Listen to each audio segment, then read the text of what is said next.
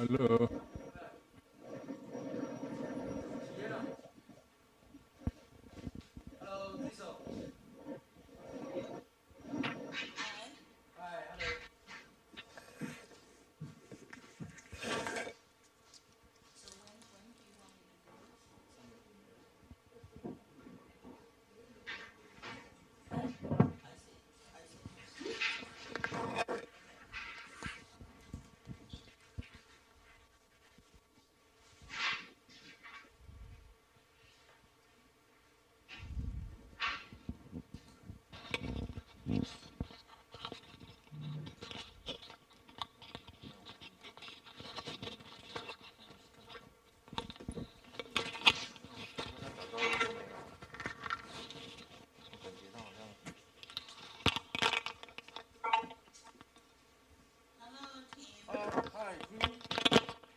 Can you hear us, Tim? Tim, can you hear? Yes, I hear you. There is a lot of noise going on, but I hear you. Noise? Can we get rid of the noise? Yeah, there is a lot of sort of microphone noise.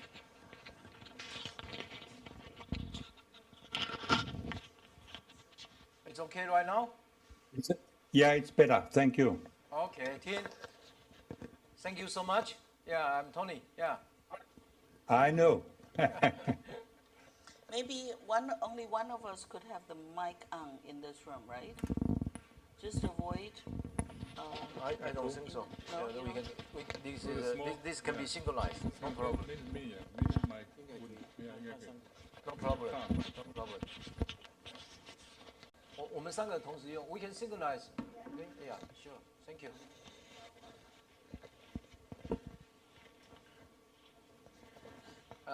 Can I check with formerly Din Zhang? Yes, do you want to hear my voice? Yes. Is Tim, it okay? Or do you want me to have another voice? Your voice is very clear. No problem. Yeah. Harold is on, right? I saw Harold, right? Is Harold with you? With From us? Chicago, Hi. Yes. right? Harold. Hi. Harold, Sebastian. Yeah, it's Harold. Din Liao here. Sebastian. Professor Zhan too, right? Yeah. Hello. Hello. Oh, yeah, okay, Changqian, huh? Yeah, Yes. or formerly Din, yeah. Zoltan, is Zoltan on? Not yet. Not yet, huh?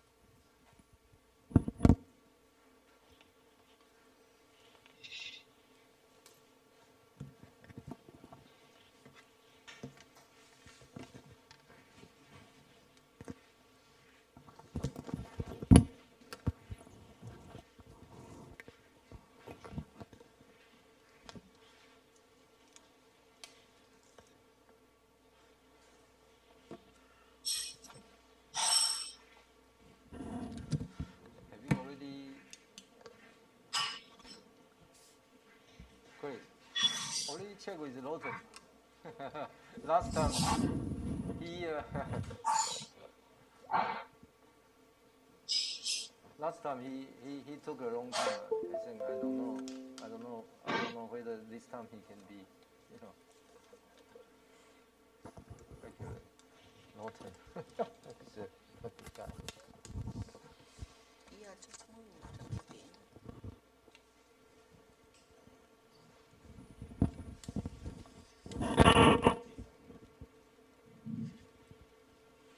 This is a new film. What? Last time we didn't have this film. This is a new one. Yeah, they continue to be making progresses. That's good. Good.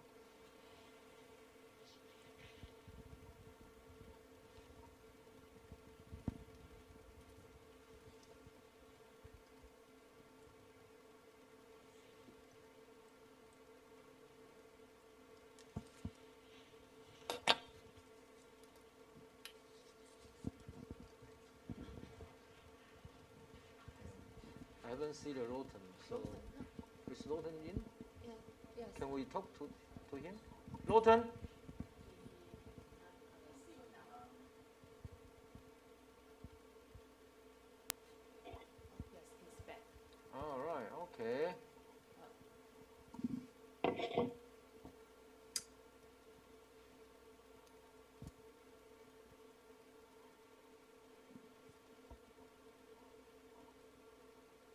is not Lawton, it's a T-Soul.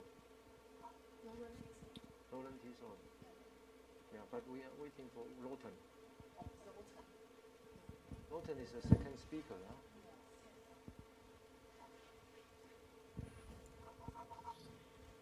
So, have you notified him?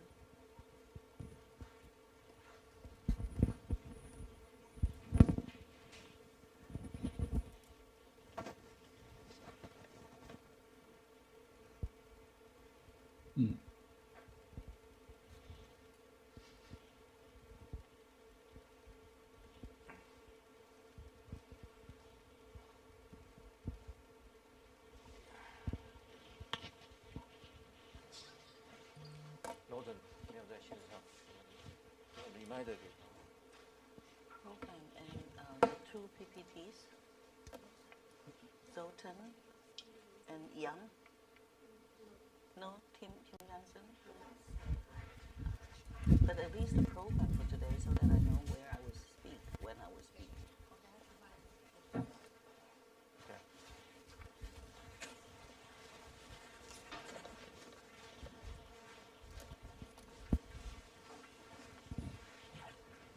Hello, Lawton. Can you hear me? Lawton, can you hear me? Yes, I can hear you. You can also hear me? Hello. Hello. I think we're ready to go. Everybody's Great. here. Okay. Yeah. Then, yeah, Yes. Dr. Liao and also our formerly team, Zhang, and also the Bin Zhen. So first you can start. Yeah.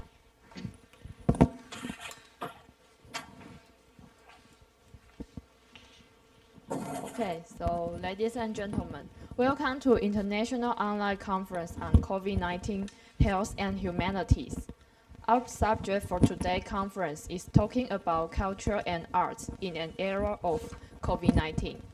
And let's welcome Professor Zhang Changquan to give us welcome remarks. Yeah, welcome everybody from different time zones. This is our precious again, together with our research team in National Taiwan University, including College of Public Health and College of Arts professors there. We are working on these issues for many months now, and it's really a great pleasure to have our greatest speakers from the world to talk about this issue in this unprecedented pandemic. So I'm very looking forward to this successful conference today, and we all need to learn a lot from this experience. This is ongoing pandemic, and I personally has learned a lot from past few conferences, and again, from public health to history to art and to philosophies, and we have to have these interdisciplinary interactions to find how humanity can deal with this difficult challenge we are facing now. And again, welcome everybody, and wish we have a very successful meeting. Thank you very much.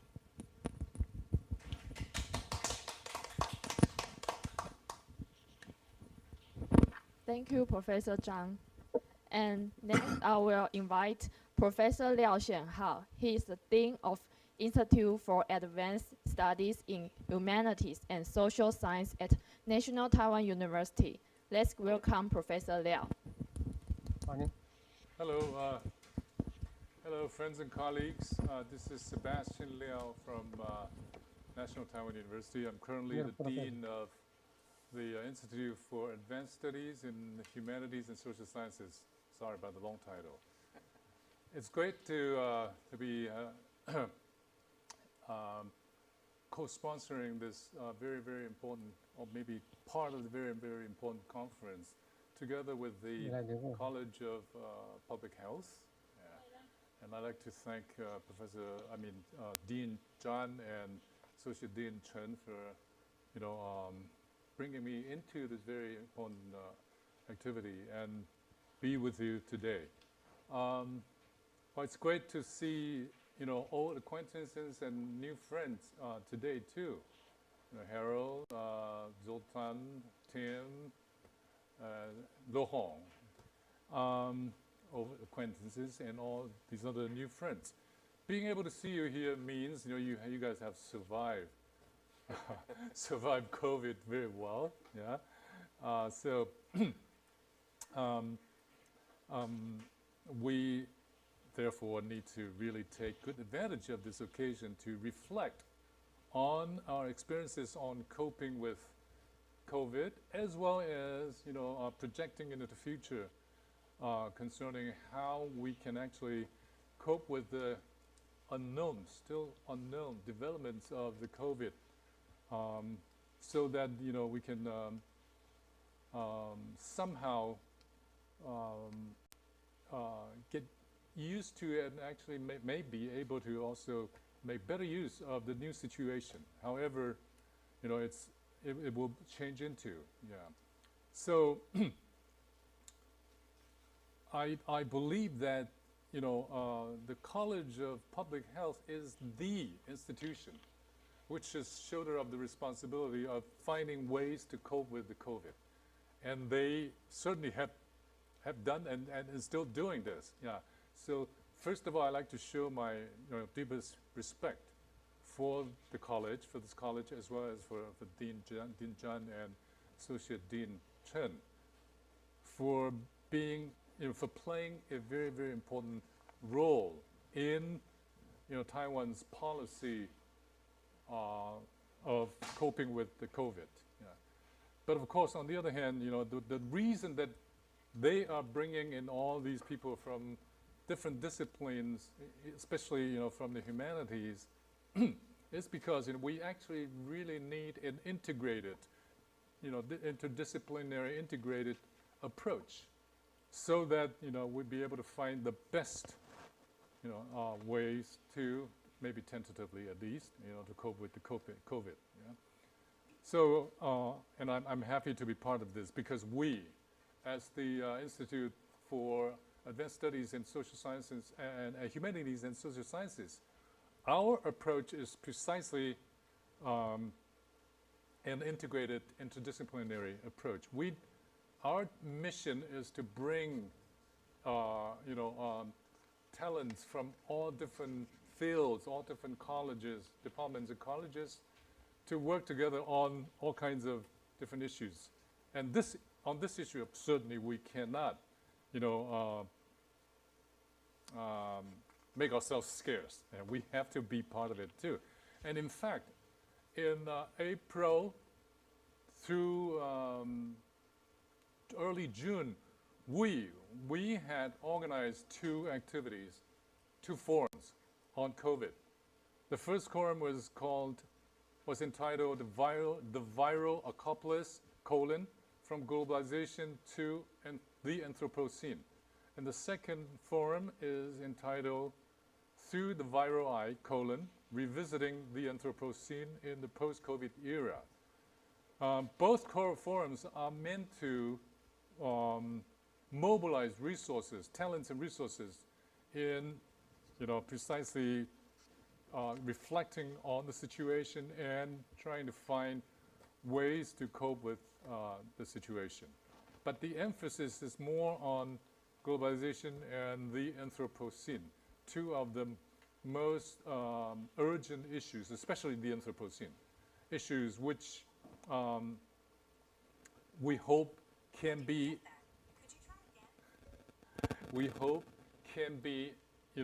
illuminated by the situation of the COVID. Yeah. So we're happy that the College of Public Health, kind of just picked up where we left off.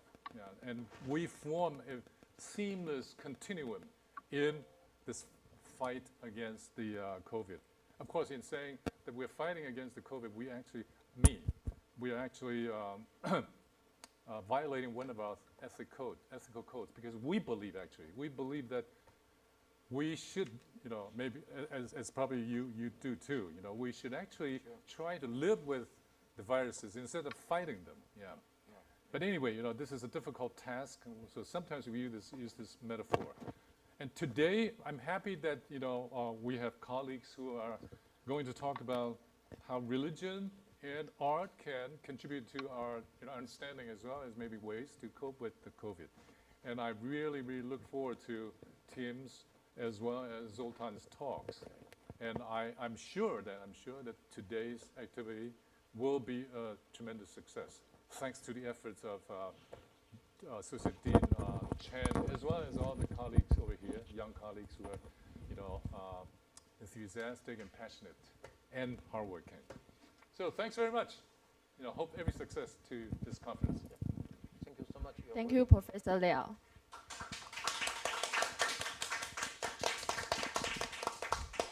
So now we are going to our first keynote speech. The first speaker is Professor Tim Jensen. He is the head of Department of the Study of Religions at University of Southern Denmark and the president of International Association for the History of Religions. His interests concern the role of religion in education, law, politics, and the media, and human rights. His topic is talking about religion contributing to COVID-19. Let's welcome Professor Tim Jensen.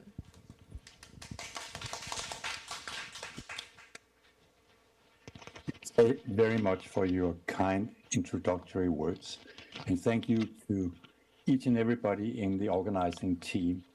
Thanks to Professors Chiang Chuang Chen and Shen Hao Yao. Thanks to Professor Tony Chen and Ping Chen Xiong. And thanks, of course, to Natalie and everybody else. Now, without further ado, I want to start this keynote. As promised in the abstract that I hope that you have read, this lecture will present ways in which and reasons why established, organized, institutionalized religious traditions, as well as individuals within these traditions, have been and still may be contributing to spread of the coronavirus. It thus deals with the reactions and responses, or lack of reactions and responses, by religions to COVID-19, as well as to measures taken by secular authorities, governments, and healthcare authorities. And it also deals with handling of religion and religions in the time of a health crisis by secular authorities, with responses by secular political authorities and the public at large to the sort of key ways of thinking and acting of religions in general and in a time of a health crisis.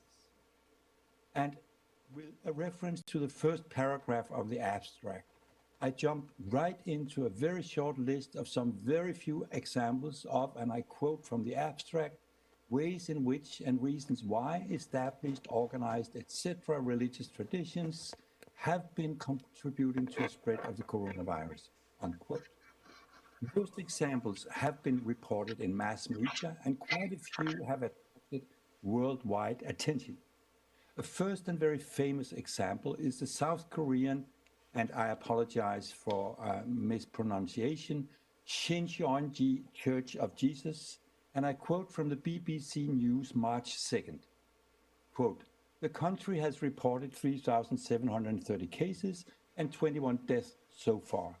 More than half of all infections involve members of the Central Church of Jesus, a French Christian group. Authorities say Shincheonji members infected one another in the southern city of Daegu last month before fanning out around the country," unquote.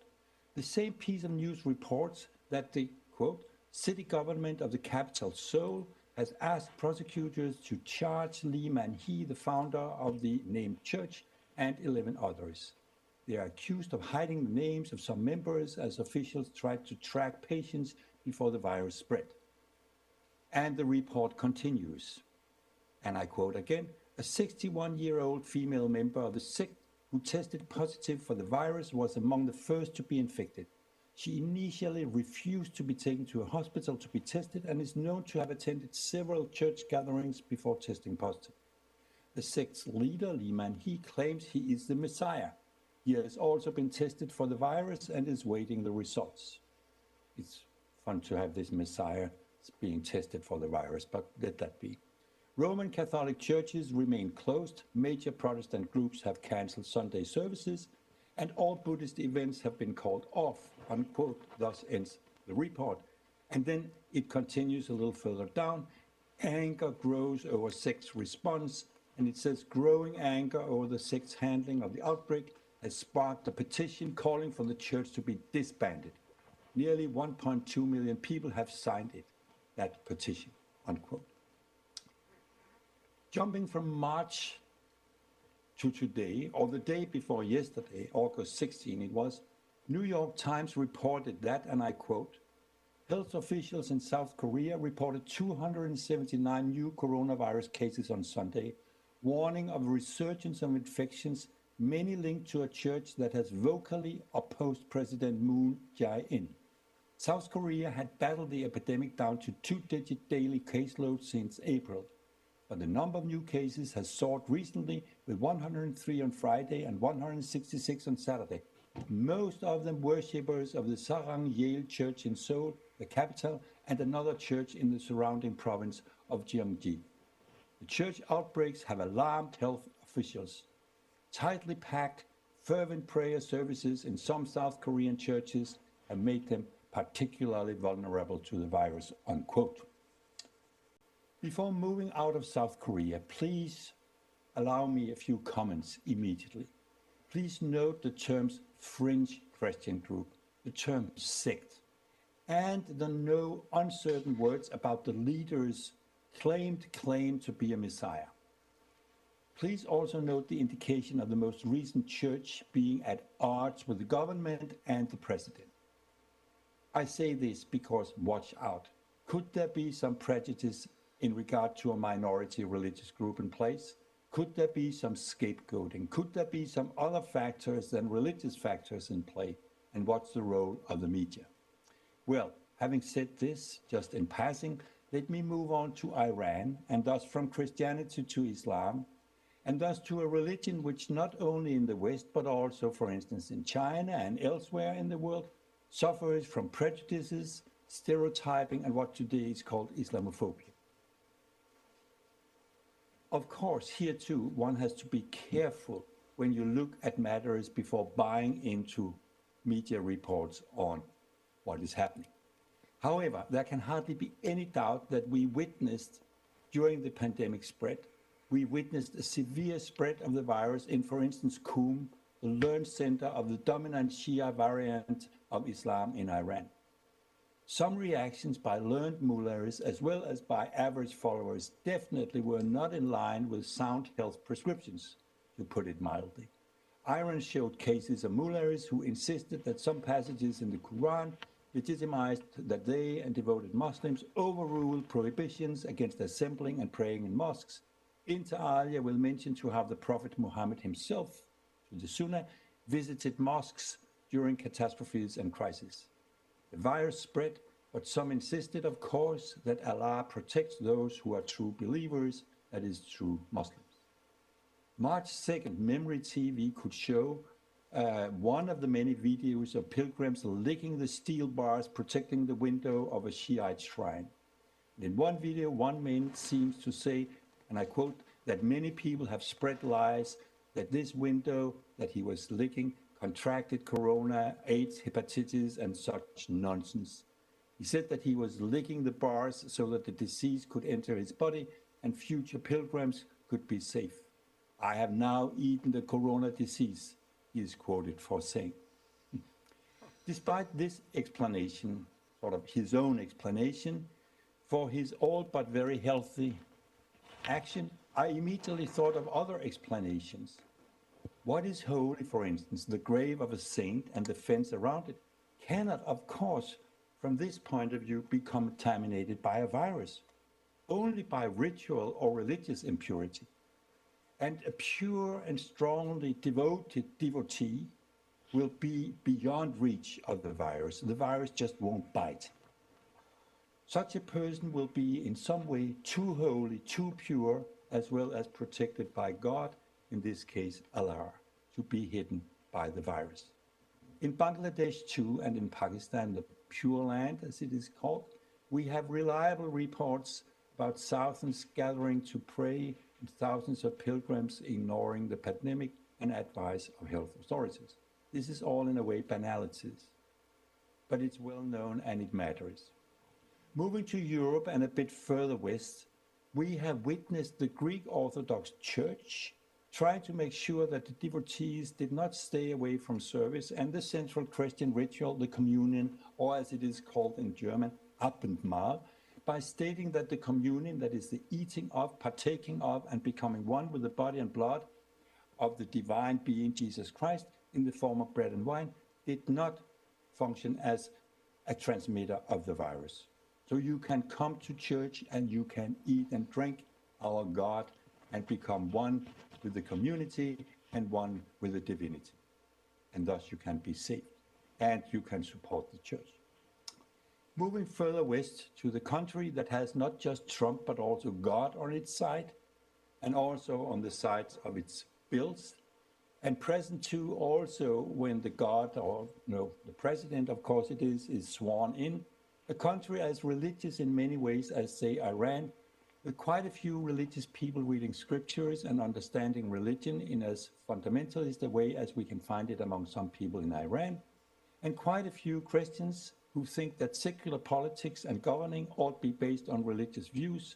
Over there in God's own country, of course, United States, several churches and church leaders have opposed the prohibition against large assemblies, not just with reference to the Articles on Freedom of Religion and the US First Amendment, but also, of course, saying that there was but one and only master and ruler, God and Jesus Christ, and they have also, of course, referred to God's love for his children, that is, the members of the church, to the love of Jesus Christ, and to the protection of God, to the healing power of prayer, etc., etc. Having given but these very few examples, and I'm so sorry, but I do not have any from Taiwan.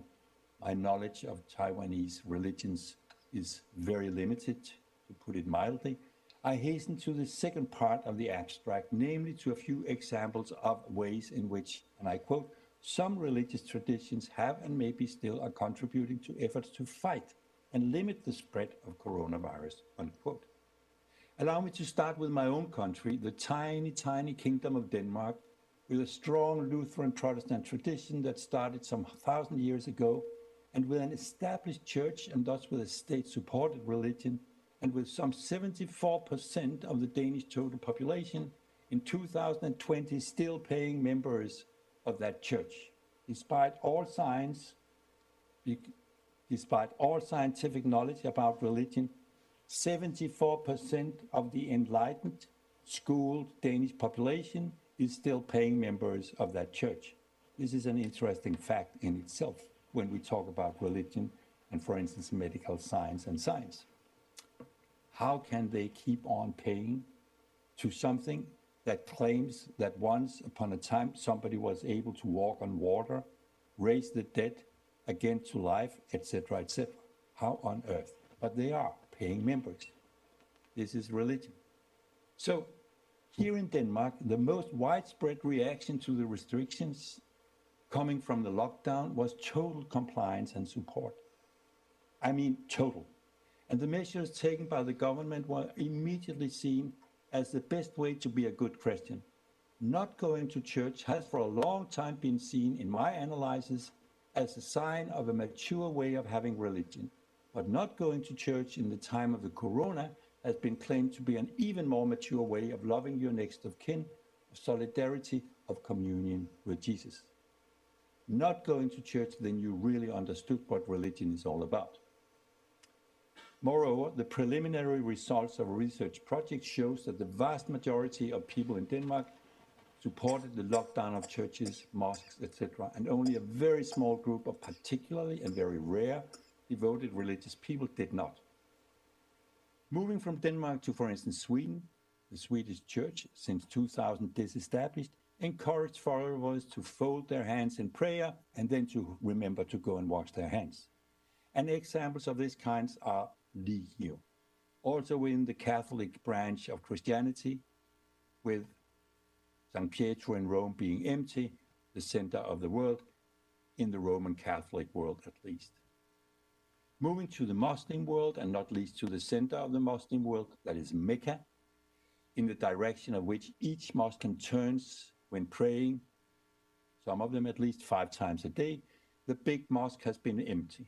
And during the recent pilgrimage, the Hajj, normally gathering millions and millions of people from all over the world, there were hardly any pilgrims, and they kept strictly the distance to each other, whether walking or praying. So the secular authorities and the religious authorities, to some degree, identical in Saudi Arabia, seem to have been in perfect agreement. Last but not least, I could say something about Buddhists also, but I will sort of pass by that. But of course, Buddhists have encouraged mindfulness and self-reflection, etc. But let me also mention another so-called new religion, at least it used to be called so, the Church of Scientology, with its European Center in Copenhagen. It produced leaflets, and I hold up one here, with sound advice as to how to wear a mask and wash your hands. And they sort of walked the streets wearing protection dresses and handing out pamphlets, and thus helping to fight the spread of the virus. We there saw a perfect match between religion and science, between health and mental care, and of course, between serving the community and proselytizing one way or the other. Well, these few examples have, as indicated, attracted the interest of media worldwide. This is, to me, in itself an interesting phenomenon, and it's worthwhile studying. It says something about the general knowledge about religion. It is kind of very low in many places, even amongst religious people. What is it also, I ask, about religion and religious reactions to COVID-19 that is so interesting? What makes it good news? What can be sort of a surprise to people who are reading the newspaper, watching the news? What in relation to our knowledge of good news in general has sort of been in play?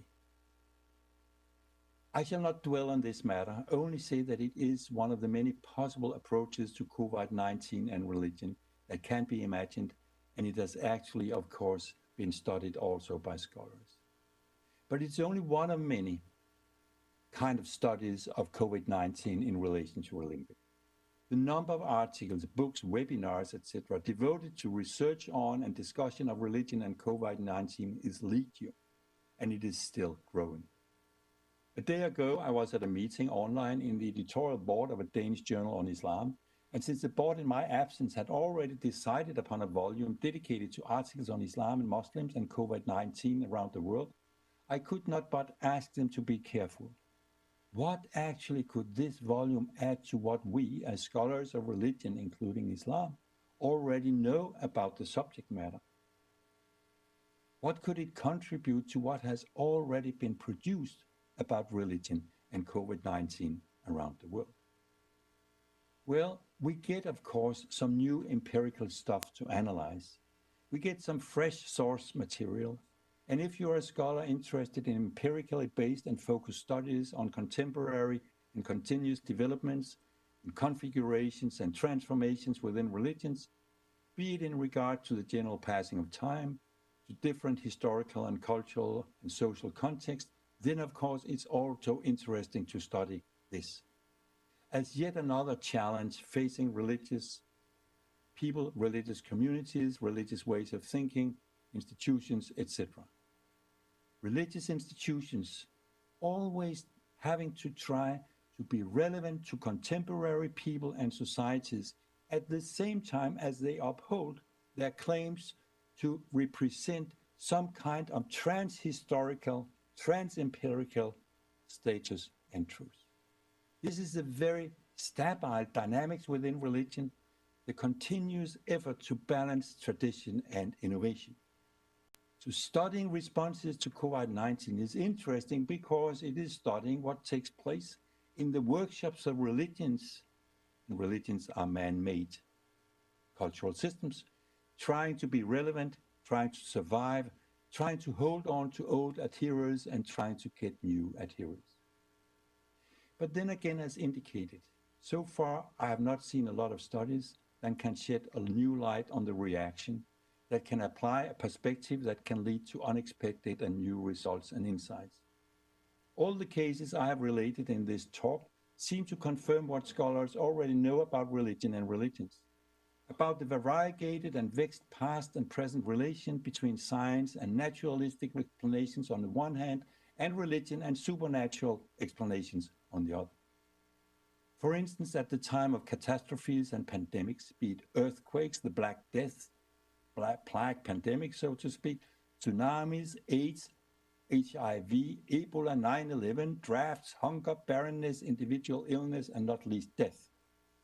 Viewed as the results by religions of mythical workings of divine beings in primeval times, as historical punishments for irreligious and immoral behavior, just think of Yahweh in the Hebrew Bible or Old Testament, as signs of the end time and judgment days, as trials, and as the punishment of ancestors.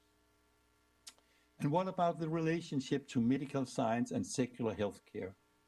It is actually sort of old hat that prayer practiced alone or together with others may be seen by religious people as the best way to fight the pandemic, illnesses, etc. And the same goes for instance, Buddhist temples selling and offering amulets, for the Hindus in India recommending the drinking of the urine of cows in order to heal the infected. The cow is holy, the cow is pure, and thus drinking the holy, you yourself become pure and cured. It is similar to a traditional Muslim practice of writing sentences from the Holy Quran on a blackboard with chalk and then washing it into a cup of water and drinking it. That for sure will cure you. The same kind of we have seen it before, goes for the various instances of relations to the state and secular law, to secular authority over against religious authority, be it authority resting in scriptures, charismatic leadership, or Buddhist leadership. Again, we have seen the potential of religions to create community and communitas, and we have seen the positive and negative results thereof with regard to the spreading and also the fighting of the virus. Part of what is also expressed by those who correctly see religion as a potential resource for meaning-making, that is, for making sense of the contingent, for facing the meaningless. We also see today, once again, the potential for religion to attract more followers and to also push followers away. Pray to God or curse him. You can pray to him because he is the master of all, but you can curse him because if he's the master of all, why has he not prevented this? We can in this respect compare, as does some of my colleagues in Denmark, Danish responses also by the public to US responses, and try to find explanations for the differences with reference to secularization, welfare state, mutual trust, trust in political authorities, etc. And then some scholars at some point, by the way, will end up saying that Danes or the British believe more in the healthcare system than in the church and in religion, and they can even get a headline in the newspaper saying that the new religion of the Danes or the British is the secular science-based healthcare system. And we have all seen articles where we have nurses and doctors being portrayed as heroes, with people sort of almost worshipping them. In line with this, a more sociology of religion approach, there is nothing out there to add to what in general we know about the importance of the educational level, the social status, gender, urban or rural dwelling, etc., of the so-called followers of the various religions. Also, we have to look whether this is a minority religion up against a majority religion, whether this is a marginal religion up against a central and accepted established religion, whether we have to do with followers who are situated in a place where there is good cause for existential anxiety and for religion as a resource for coping. We have lots of studies on religion and the plague, religion and the Lisboa earthquake, religion and 9/11. And thus today we can move on to comparing the present reactions to past reaction. We can analyze, for instance, what the use of online media, digital technology may mean to the religions in this situation. For instance, will they go all more online after this, or will they and their adherents all go back to church the minute it is possible again? Pew Forum yesterday published a new study on this in the US. Many people it seems, were happy about going online, but still they responded that they expected to go back to church the minute they could after the pandemic. Last but not least, a few words about another issue that has been debated in webinars, written about, etc. That is COVID-19 restrictions, lockdown, and freedom of religion.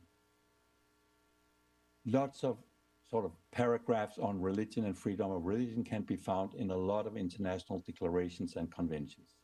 But the one from the ICCPR is the most comprehensive and universal. And I will quote from it, and I will get close to ending this, but I still have some minutes because I was given 30 minutes. Article 18 reads, 1. Everyone shall have the right to freedom of thought, conscience, and religion.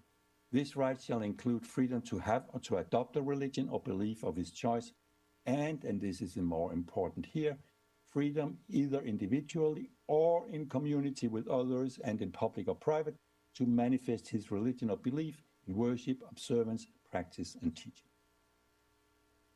No one shall be subject to coercion, which would impair his freedom to have or to adopt a religion or belief of his choice.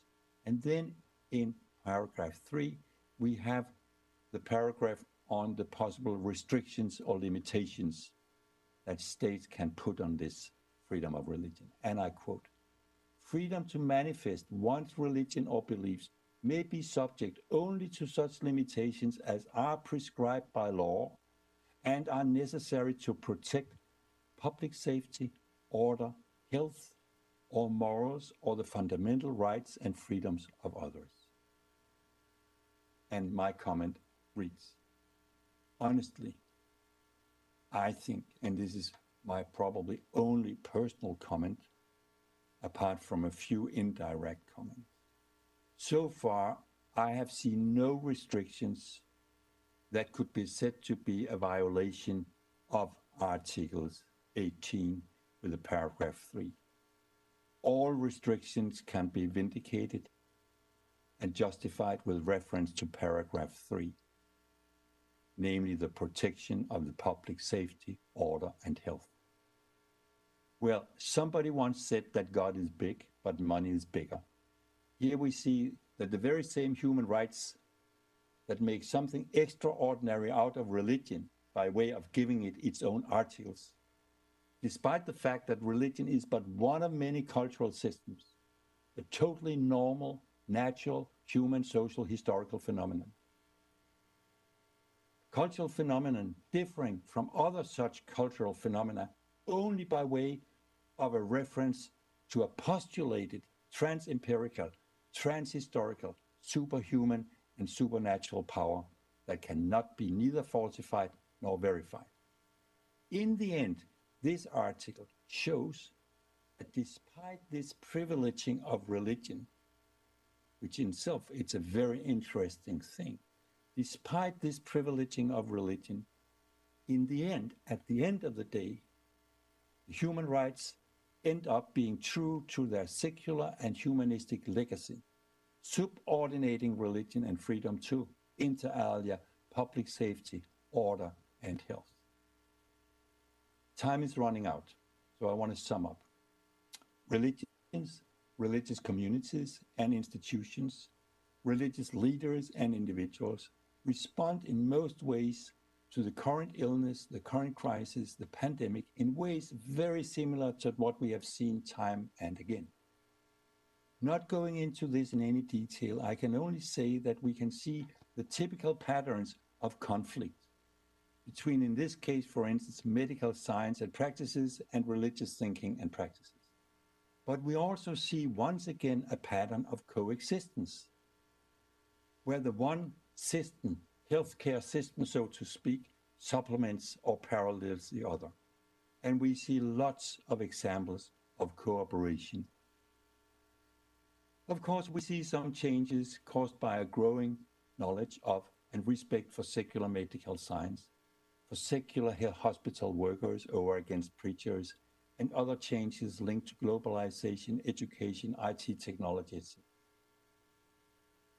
At the end of the day, I think we have to realize that we will always have some potential for conflict.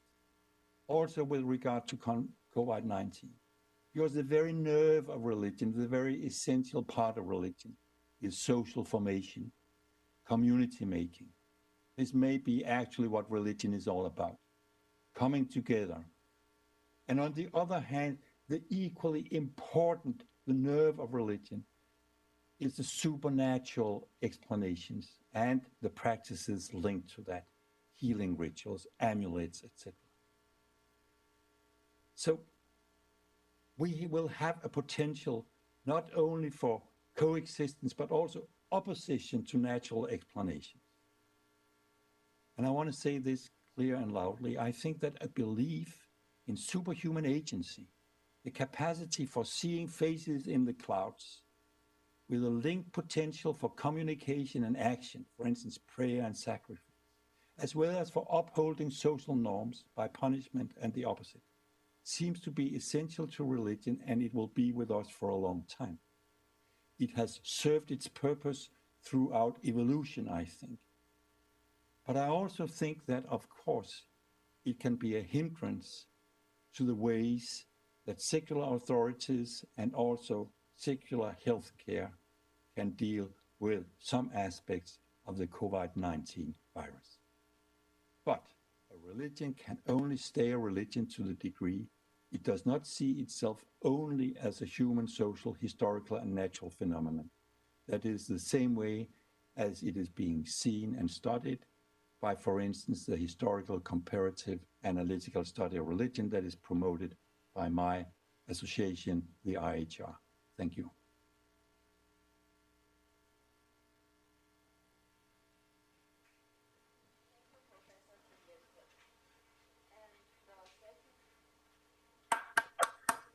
Very nice. Very nice. So our second speaker is Dr. Roten Sompeki. He is the chair of the Department of Fine Arts at College of Fine Arts Well done. and Design at Thank you. University of Sharjah. I hope everybody could hear what I said. Yes. Yes. Clear. Thank you. No. Good. Discussion? Can we ask questions to Tim or later? I don't know. Yeah, I think you should explain whether people should have questions and remarks now or later. I think, I'm sorry, I think according to our agenda, I will leave the question to the roundtable discussion because we want to finish the two keynote speech first, then we have a roundtable discussion. So that's great to introduce the Roten, then we can have a discussion about the team's very excellent speech. So can we proceed to the Roten the speech? Yes. So our second speaker is Dr. Roten Sompeki. He is the chair of the Department of Fine Arts at College of Fine Arts and Design at University of Sharjah in United Arab Emirates. His research fields are in history of aesthetics, contemporary fine arts, art market trends, and art communication. His topic is impact of COVID-19 on arts. Let's welcome Dr. Sompeki.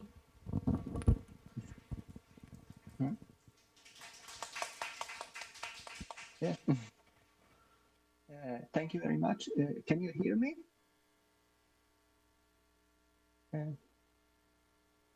Is the microphone working? Can you hear me well? Yes. Ah, okay, very good. Because I was not sure if the mic is working or if the quality is good. But so you can confirm that it is okay.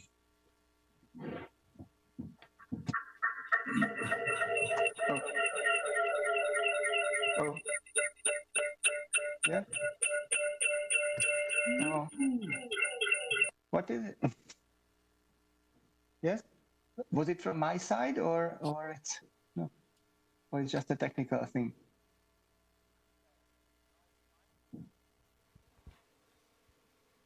Yeah. Is it better now, the audio? Sorry. Yes, yes.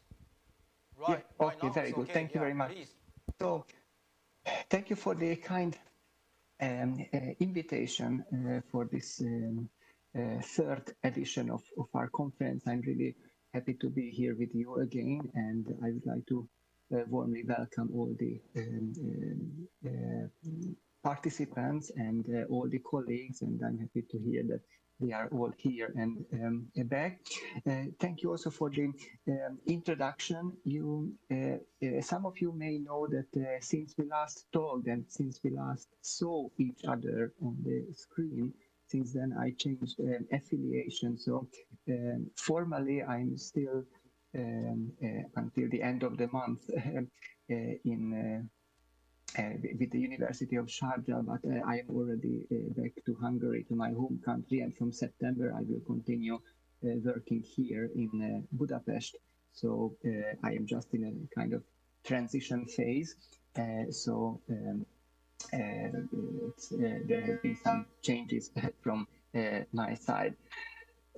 Now, what I would like to talk about regarding the impact of the COVID-19 on the arts is partly based on my previous two contributions in April and in June. So some of the considerations or some of the aspects may seem a bit familiar or known for you, but I hope that I can contribute with some new approaches and further ideas regarding those that we were discussing in the previous two editions. And another thing that I wanted to tell you before, that I will mainly talk about the fine arts or visual arts. So, for example, painting, sculpture, and so on the one hand, due to time limits, and on the other hand, because of personal competence, because I am more investigating these areas. Although many of the aspects that I want to mention here can be applied also to the investigation of how the so-called performing arts or literary arts have coped with the virus in these recent months. Now, another thing that I also mentioned in the brief introduction that I wrote for the future roundtable discussion, that as of my consideration, I think that the investigation of the impact of the virus should be considered on three different chronological periods. So when we investigate how the virus or the pandemics has affected the art, then we have to divide three different phases. The first one is the sudden impact right in the beginning of the pandemics. The second one is the period during the lockdown. That was, of course, in different periods in the different countries. Some countries started earlier, others a bit later. And the third one is the near future. So practically the present and the near future, and a little bit the future after that.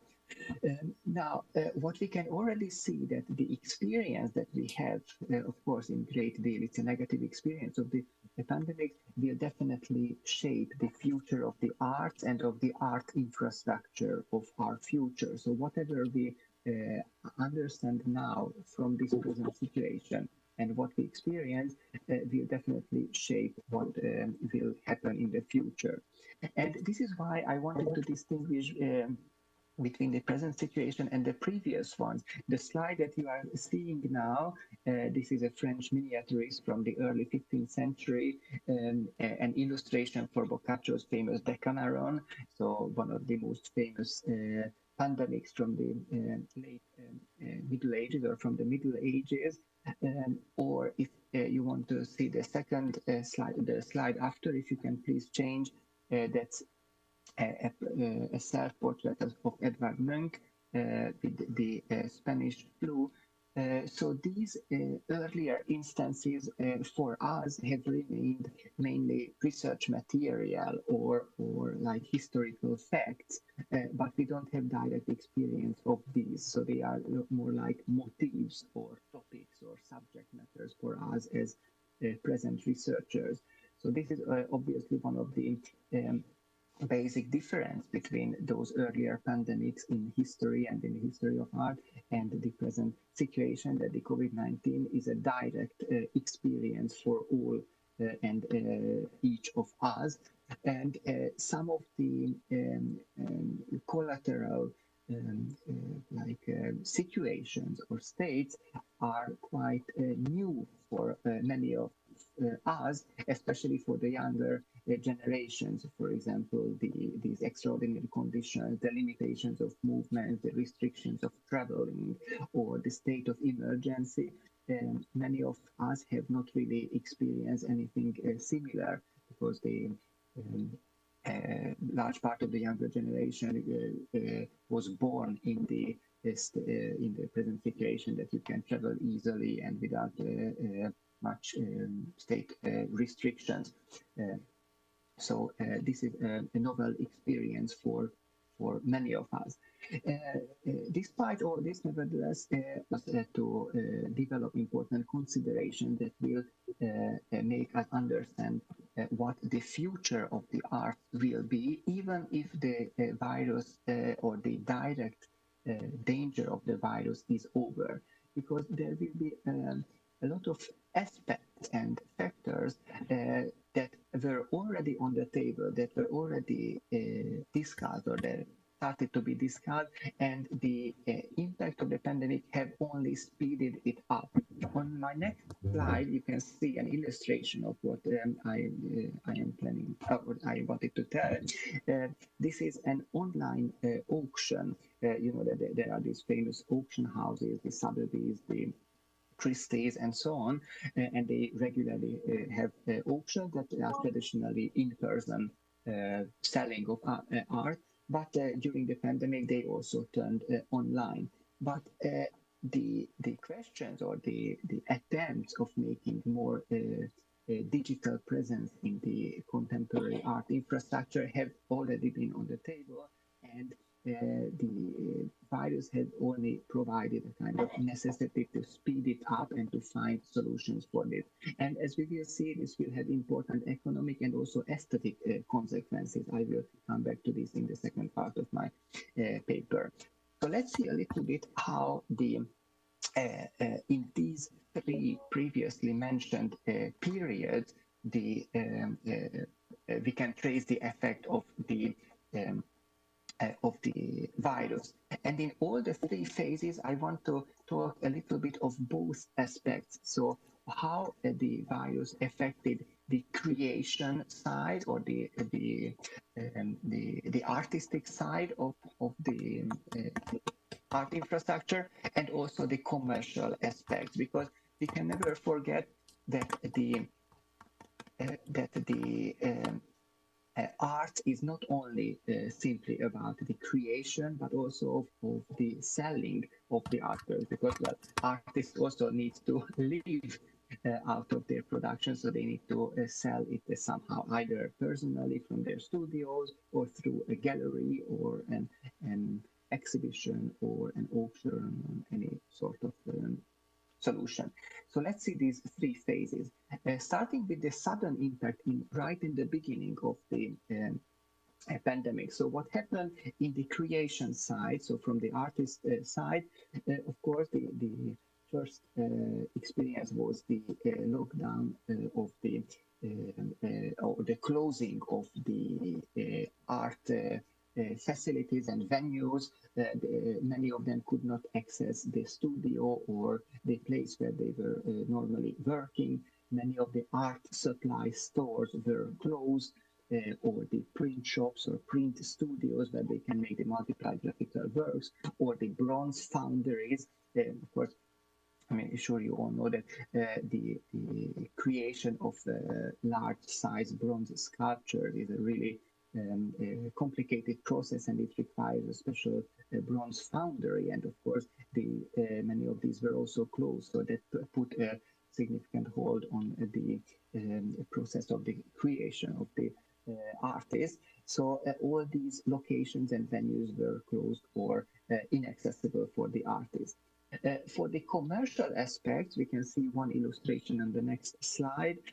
Many of the locations and events where the artists can sell their works were also closed. Of course, for example, this is the Frieze Art Fair in New York that was closed, but also the commercial art galleries and the museums, and so the fair were closed. Some of the fairs were more lucky to be able to hold their edition. So just to refer to a local example, the Taipei Dangdai, the art fair in Taipei was held in the end of January, so it was right before the outburst of the pandemic, but many of the other fairs were cancelled. And not only the art fairs, but also the large-scale events that have some artistic components. So, for example, the expo in Dubai was cancelled by 1 year, and also the Olympics in Tokyo. Of course, these events also have some artistic elements or components. They have like large-scale commissions from artists to decorate their sites and so on. So all these are on hold. Now, after this, we can go to the next part, to the period during the lockdown. So what happened? What could artists and the galleries do during this? So many of the artists, of course, started to find alternatives to nevertheless continue with their creation, either enlarging or reinforcing their online presence, or working on smaller scale works. And on the other hand, the commercial venues like the for-profit galleries or art fairs started to have again a more concentrated, more focused online presence. For example, this illustration that we are showing now is from a newsletter of a gallery that created virtual exhibitions, or in the next two slides you can see the online catalog of the Art Dubai Art Fair. So they couldn't do the physical fair, but they nevertheless provided some reading and viewing material for the artists, for those interested in art. Also in the next slide you can see what they did. They made a forum, a roundtable, a series of roundtable discussions on different questions on art. On the next slide we can see how the galleries prepared some interesting reading materials and kind of visual diaries, or here in this case a virtual weekly logbook for those who were subscribed on their mailing list.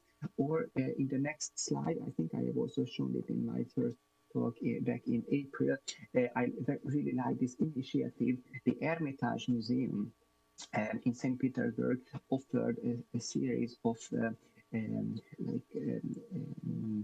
visits, virtual visits of their collection, dedicated especially to Italy, that at that time was really hardly hit by the virus, as a kind of homage or tribute and help for those in lockdown in Italy. So these were the happenings during the lockdown.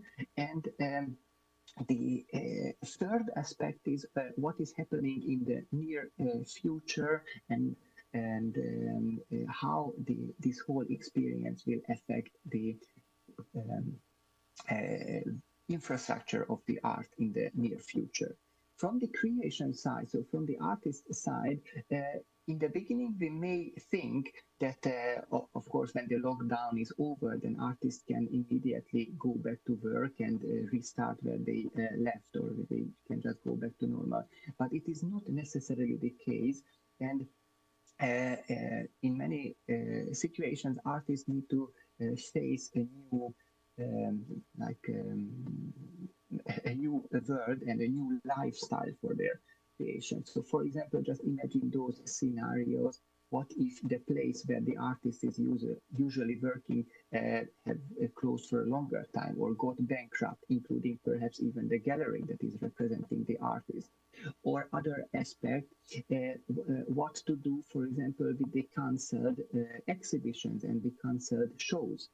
So normally both a commercial gallery and a non-profit larger art institution like a museum or something has a rigid plan of what is following, which artist is showing and when. So if some of these shows were cancelled, what to do?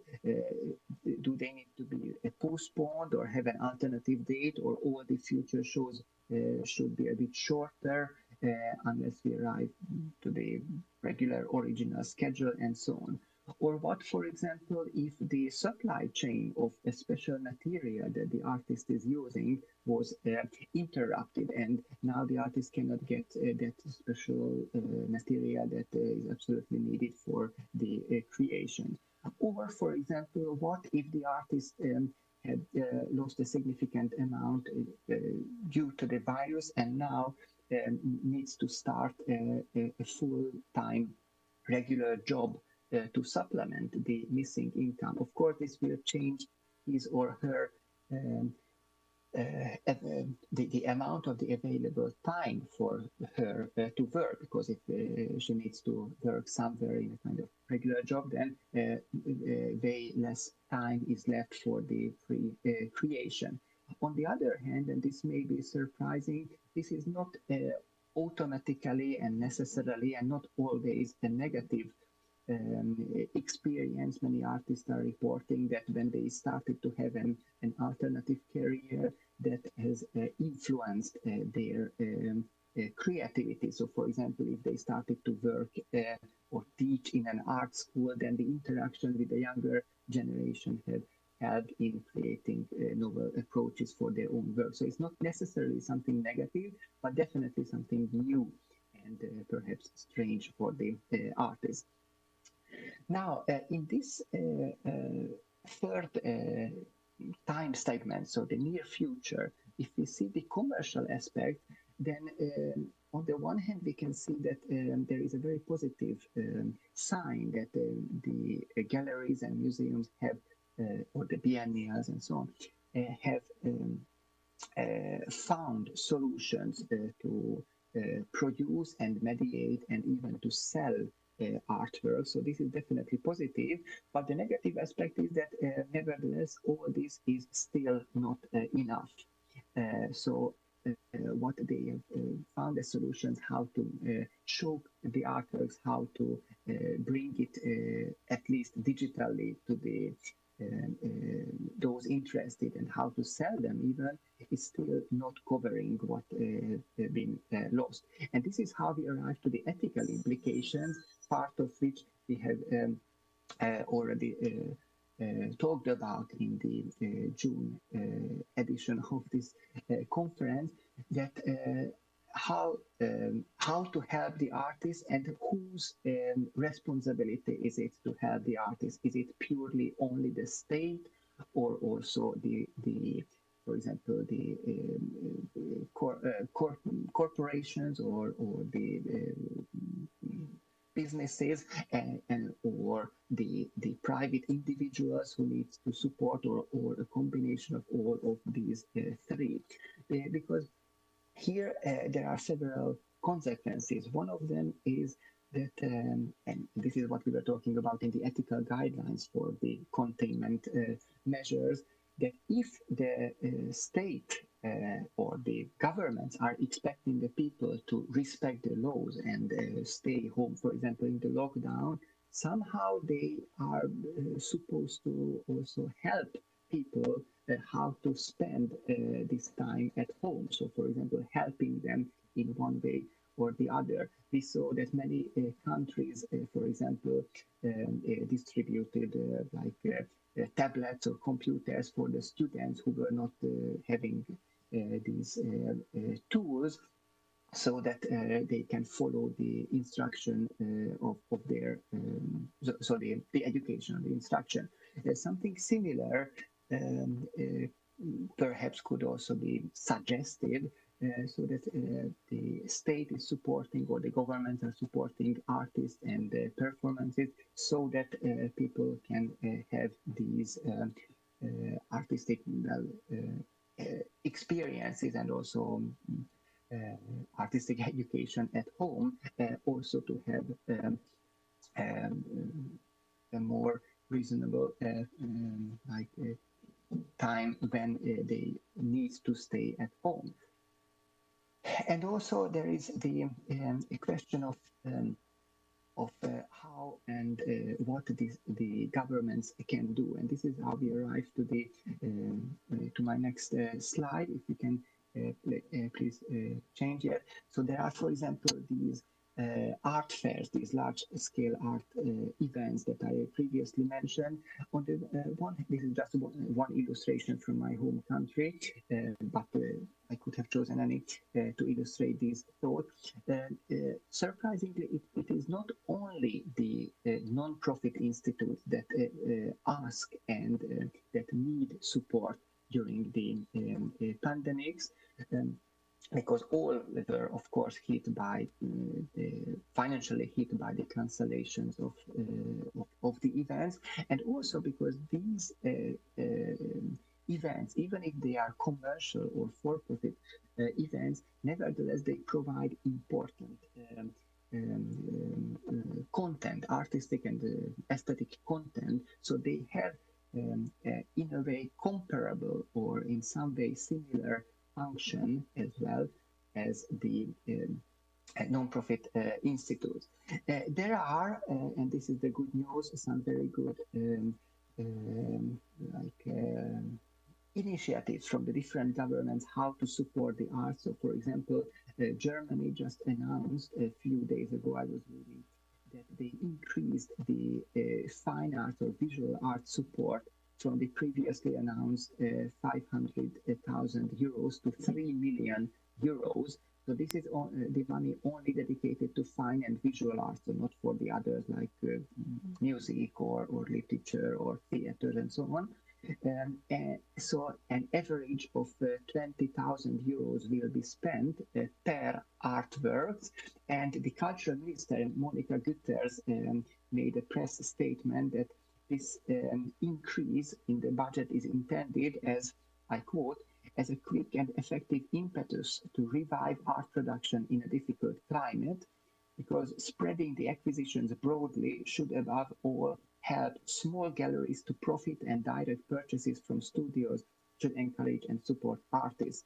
So the state is planning to buy artworks either from artists directly or from the galleries that are representing these artists, to help them in these difficult times.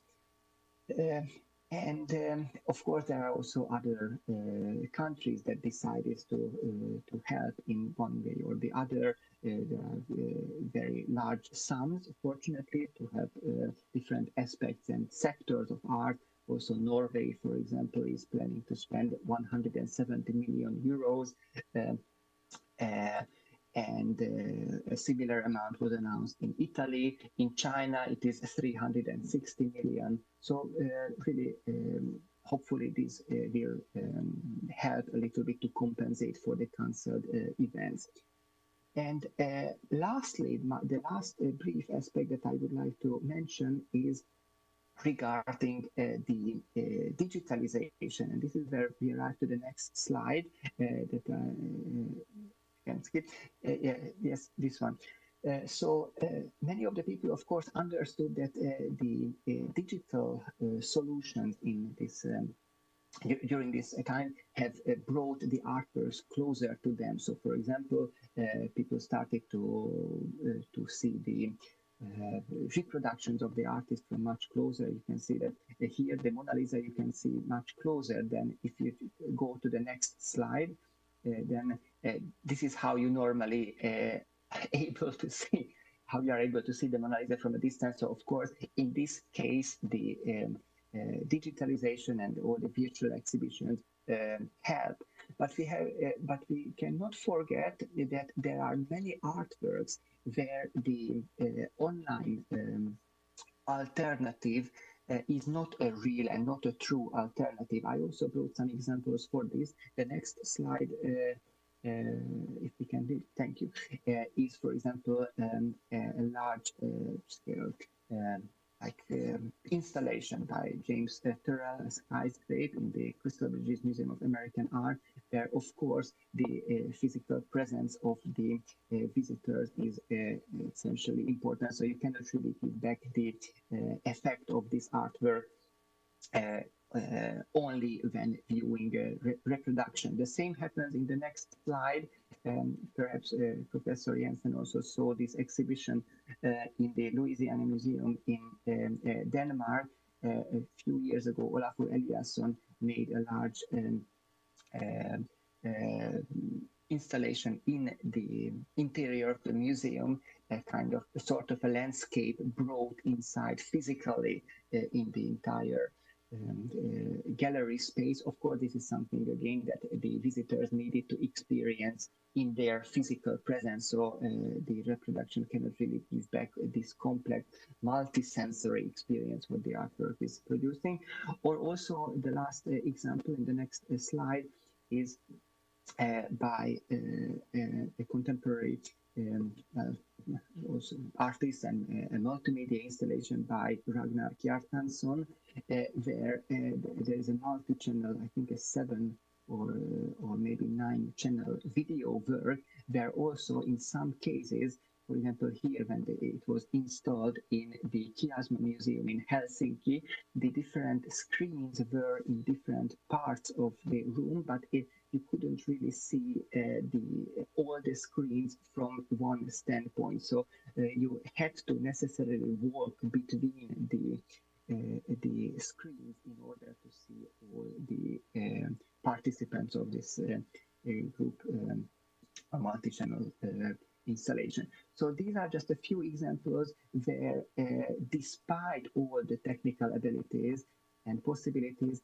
we cannot really give back the true essence of an artwork because it requires the bodily presence, and these ones cannot be substituted efficiently in virtual exhibitions. I think I don't have any more slides. If we can check, please. No, yeah, this is the one. Yes, so as a summary, I just wanted to tell that the virus has definitely impacted many aspects of and areas of the art aesthetics, and there are ethical and economic consequences, but nothing can really substitute the real presence and essence of artworks online. And also these weeks or months of the pandemics have made understood it even more broadly, or even for more people, the real importance of art in our life and in our everyday life, especially in these extraordinary times. So it brought aesthetic experience, intellectual pastime, important hope for people during the lockdown, contributed to the education in many cases, and helped bearing the difficulties of the lockdown. So these are the reasons why the artists and the art infrastructure, we can say that it performed well during the pandemic, but they need all the support that we can give, both on a governmental level and from the side of the all of the individuals as well, of those who find their presence important. So thank you very much for listening. Thank you, Dr. Somhegi. So now we'll have 5 minutes break. Then we can have the Q&A section from our 2 speakers, and then continue to our roundtable discussion.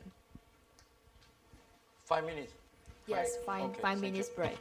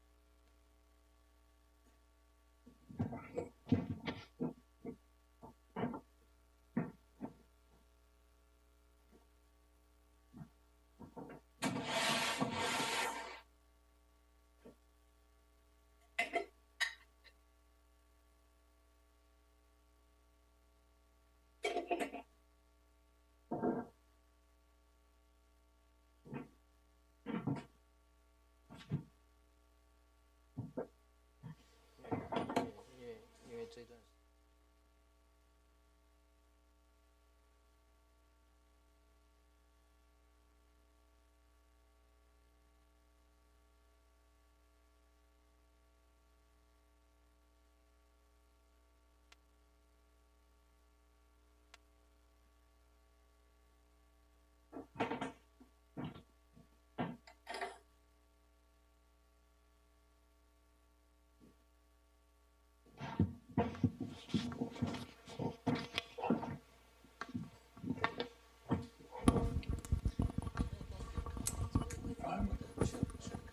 等一下，等一下。T 总他们已经会有。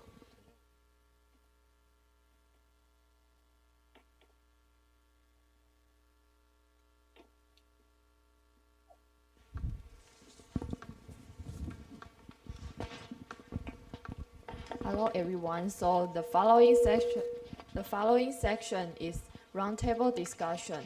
We'll invite our two speakers, Professor Tim Yamson and Dr. Zoltan Somhegi, and also invite Lauren Tissel, Professor Xiong Bingzhen, Professor Harold Shorson, Professor Zhang Changquan, and Professor Chen Xiuxi to join this discussion. And here, in this session, we'll invite Professor Chen Xiuxi to chair this roundtable discussion. Professor Chen, please. Okay. First of all, thank you so much again for wonderful speech. Two wonderful speech from Tin and also Roten. And I think as Tim already indicate, information on the religion, associated with the COVID-19 in Taiwan is very limited. So I would like to give you a very short and also brief, about 5 minutes to 10 minutes, about the COVID-19, situation, and also our religion activities, to share our experience. So next slide. So I think Tim already mentioned about the different the scenario across different countries, including South Korea. So I mean, this is actually very interesting. You see, actually after the Wuhan, the COVID-19, I think one of the common phenomenon for cluster infection occurring in South Korea is due to the clustering of the religious gatherings. So that's why you can see the epidemic curve before the large, scale community-acquired infection. They make a contribution. So this is actually one of very historical phenomenon, in the world.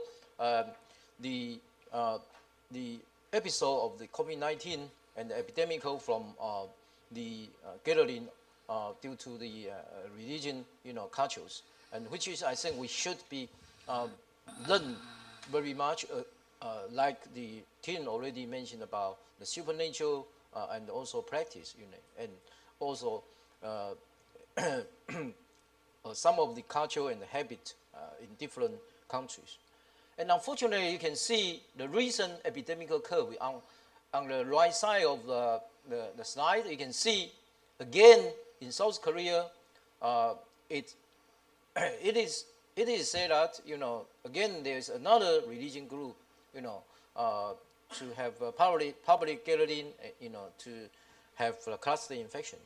So that's why, we have to talk about the law of the religion associated with the COVID-19. The next slide. And just that from epidemiology viewpoint rather than the cultural viewpoint, you see why the religion accounted for the cluster infection, because this virus has very unique characteristic of causing the infection because of the close distancing, contact. And unfortunately, one of the very common, the ratio from religion is we always think, we have to maybe very close, as a friend, as a, too close to, any a comrade, you already know, or you just get acquainted with right now. So because of that, so that's the one of the major reason, we have a cluster infection. Next slide.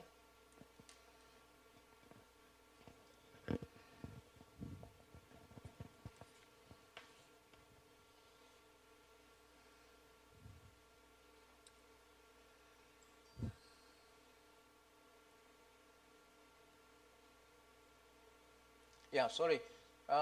So you see, this is a situation in South Korea, and also after that, they have very strict, personal protection equipment to protect them. Next slide. And this is our reckon for calculating why there is a large-scale community-acquired infection. You can see during about the end of January, you see the introduction of the imported case from China, to create the second wave of the epidemic. So the first wave, you can see, is highly contagious because nobody know the high contagious of this virus. So in the first wave, they cause a lot of the people infected. And however, you can see later on, they know there is a dangerous close contact. So the second wave still cause a lot of people, but not so serious as the first wave. But still, you can see, bring the 800 positive case. So the transmission probability, learning from this experience, the cluster transmission probability is quite high, during the region scaling. Next slide.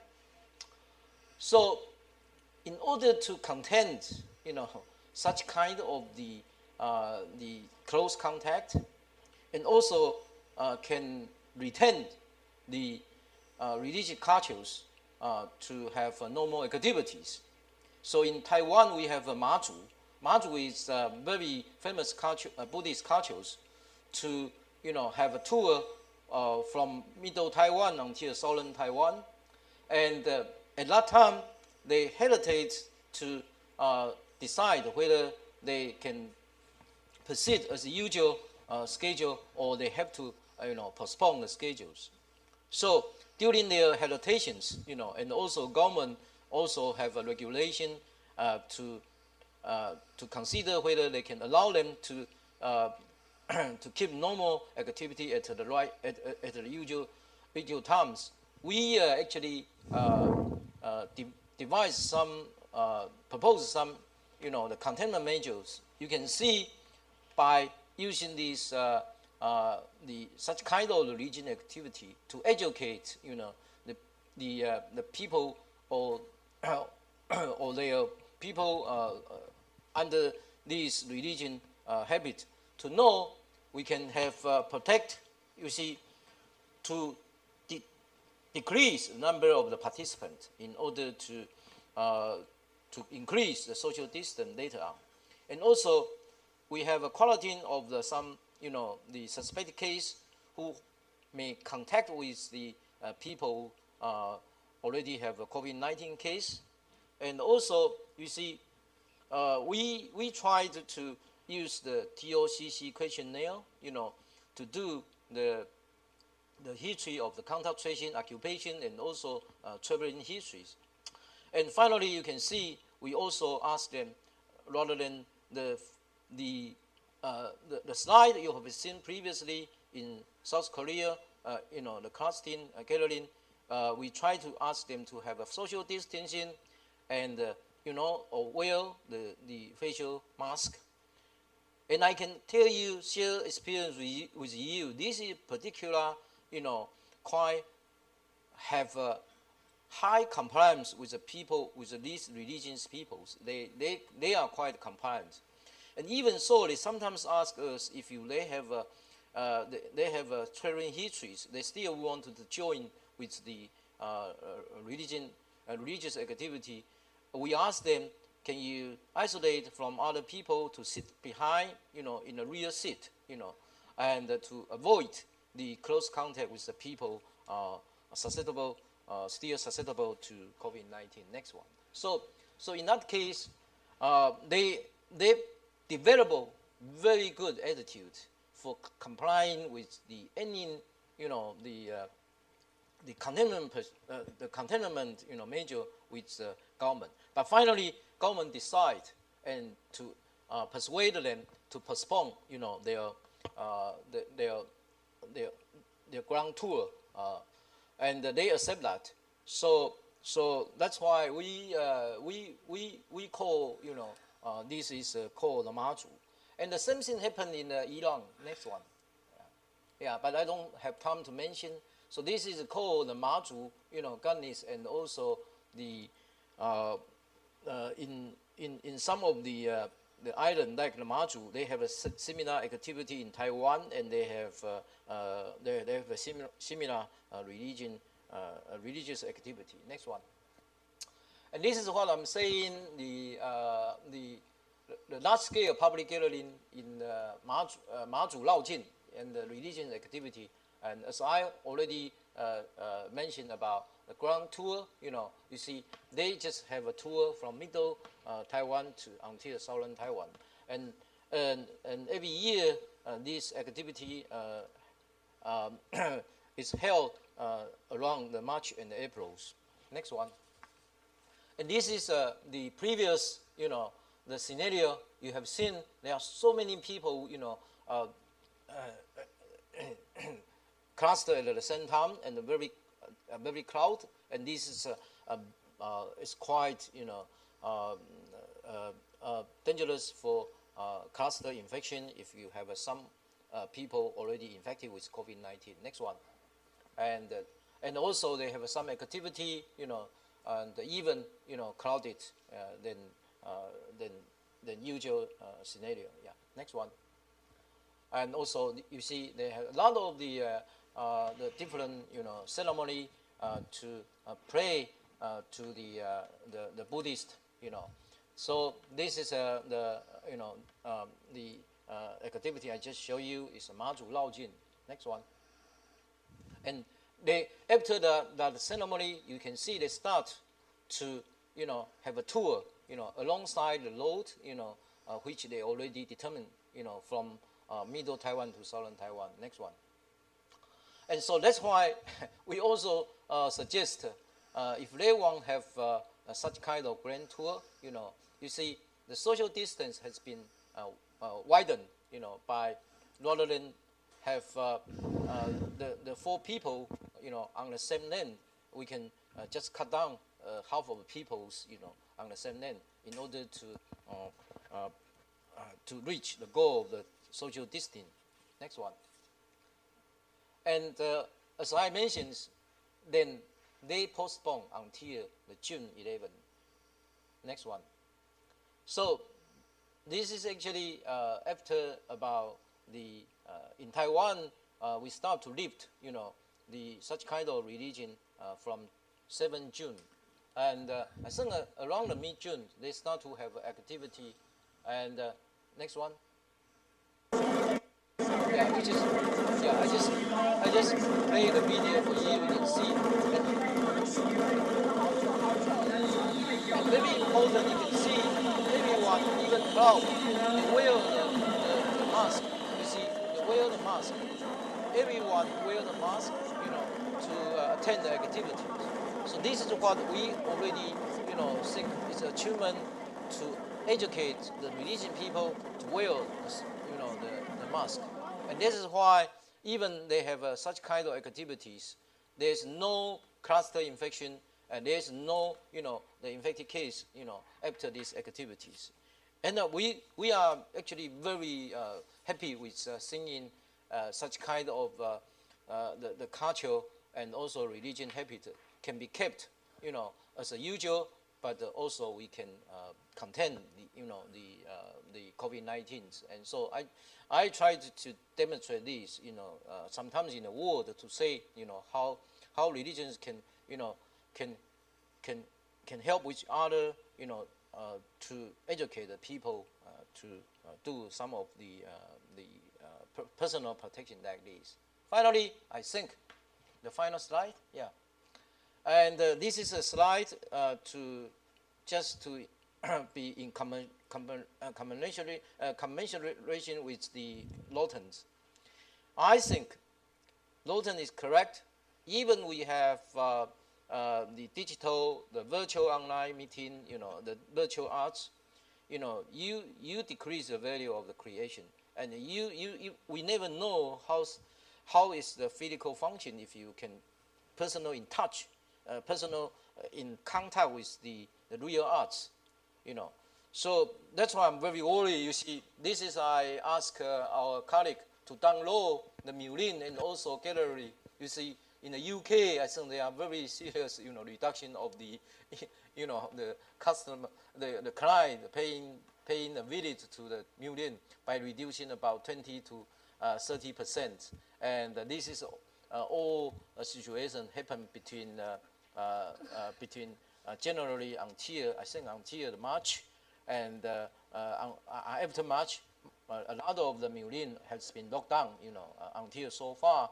And I think UK, as far as I know, they want to open around, the end of August.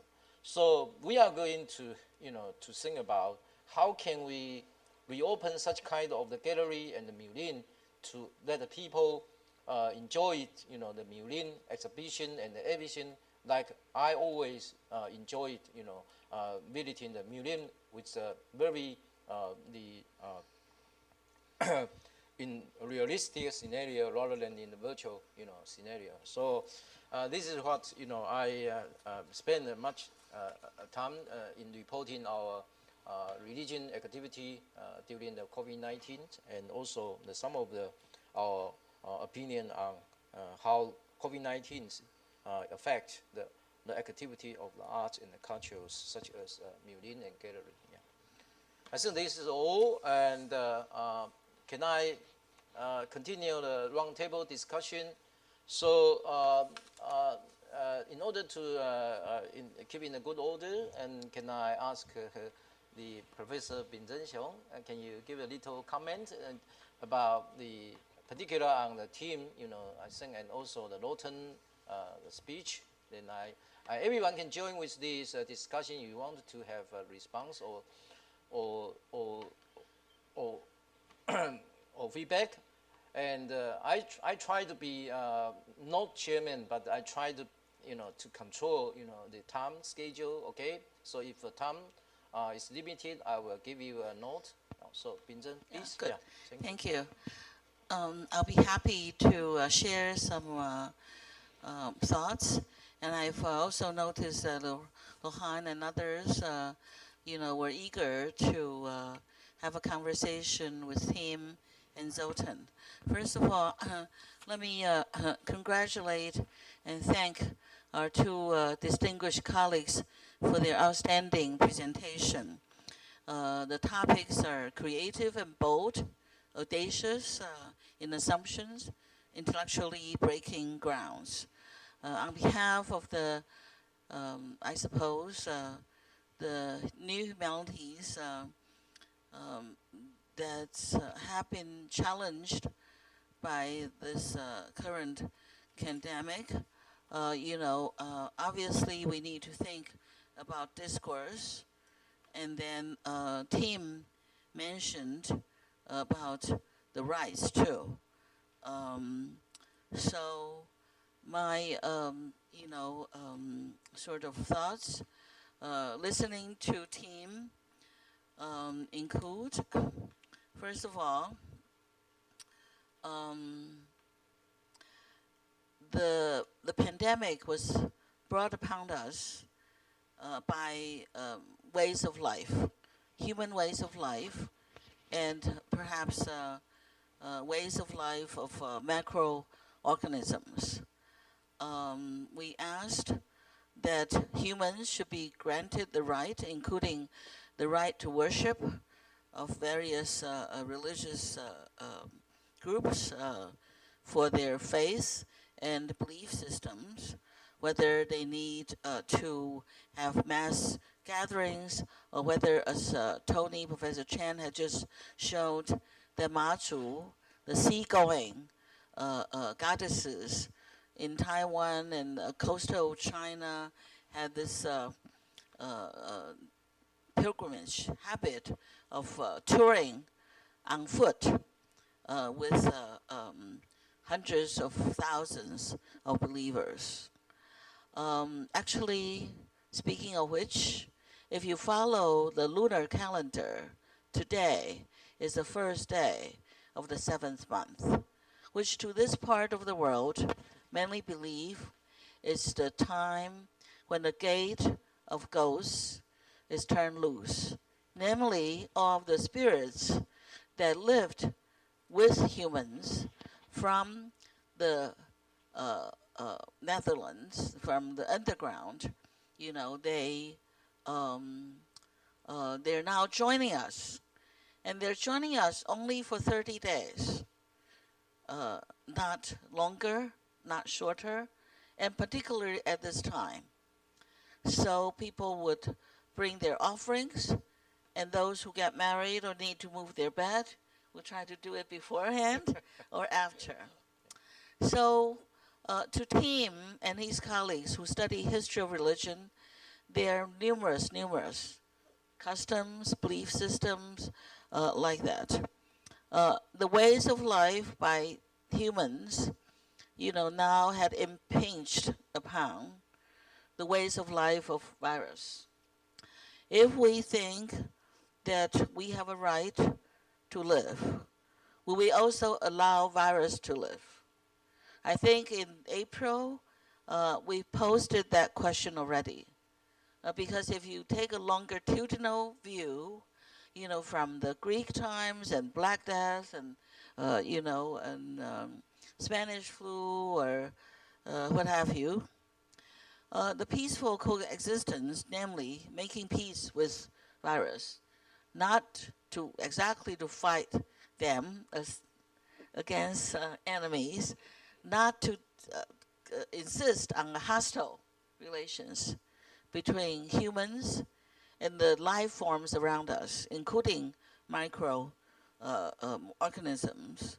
Would that be also a discursive discussion that we want to have? There's laws on this earth. There are also other laws that governs this world, as many would like to assume.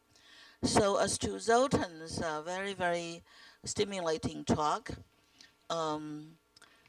I suppose both for studio arts and visual arts, that Zoltan discussed more than performing arts or installation arts. All of those art forms are clearly impacted by this pandemic. People are beginning, first of all, to be innovative, to sort of adapt to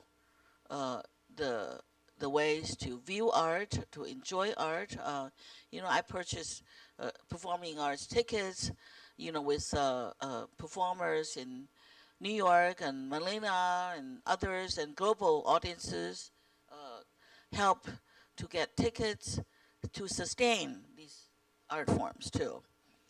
I thought that we are beginning to admit, now that this pandemic, had been with us for half a year or more, that surely it's going to be a game changer. It will set new trends. It is already doing that in all of the fields. That's the same whether you're an epidemiologist or whether you're a historian or artist or what have you, or just people who are selling food on the street. These major events for historians like us, they could be like, let's say, World War I, World War II, or Black Death before, Spanish flu. I suppose, you know, I actually wanted to hear more from Professor Lohan Tiso when he planned for the Global History of Humanities that's being produced now on behalf of SHIPS and UNESCO, that pandemic was urging us to recharter our mental map. Art historians or historians of religion are going to come up with, they are suggesting new concepts, new theories, and also their relations with technologies. Because there are many, many new medias that are trying to share art, produce art, you know, impacted by the pandemic, but also born of and born with and born for the new normal, so to speak. Historians, many of us, and I've said that in April and June, that the long 19th century had, you know, willingly or not, drawing to an end by 2019. 2020 give us the beginning of the 20th century or 21st century, an event, a new era. And so to close, I actually would like to invite all to thank Tony for his tremendous perseverance to host 3 online meetings in 4 months. That's a world record in not just in health humanities, but also in many, many fields.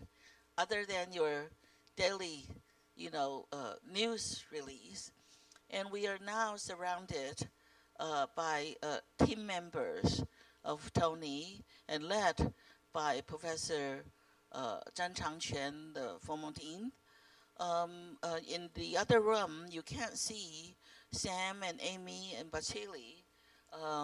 They work with a network of colleagues from Southeast Asia and East Asia who are ready to join the conversation.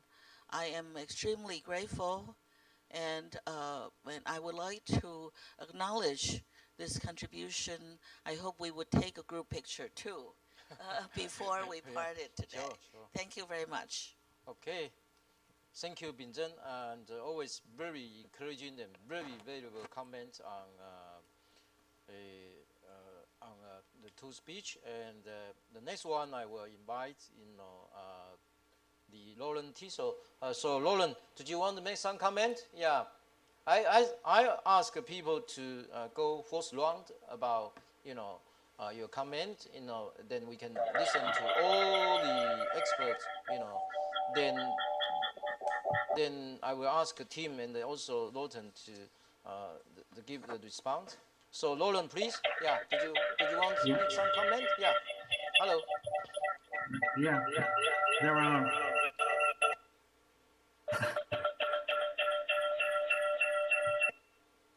Oh.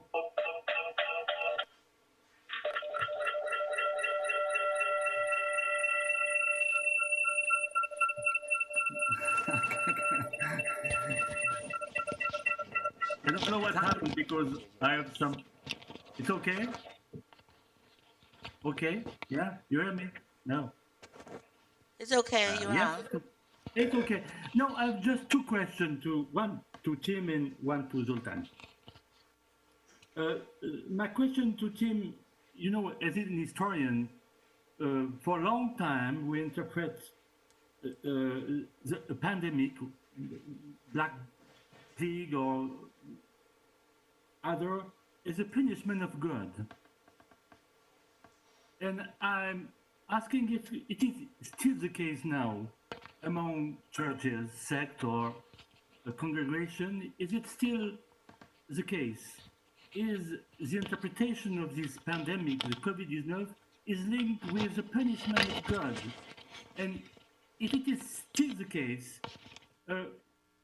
what kind of relation these followers or believers made with freedom? Because if you are punished, you are not free anymore.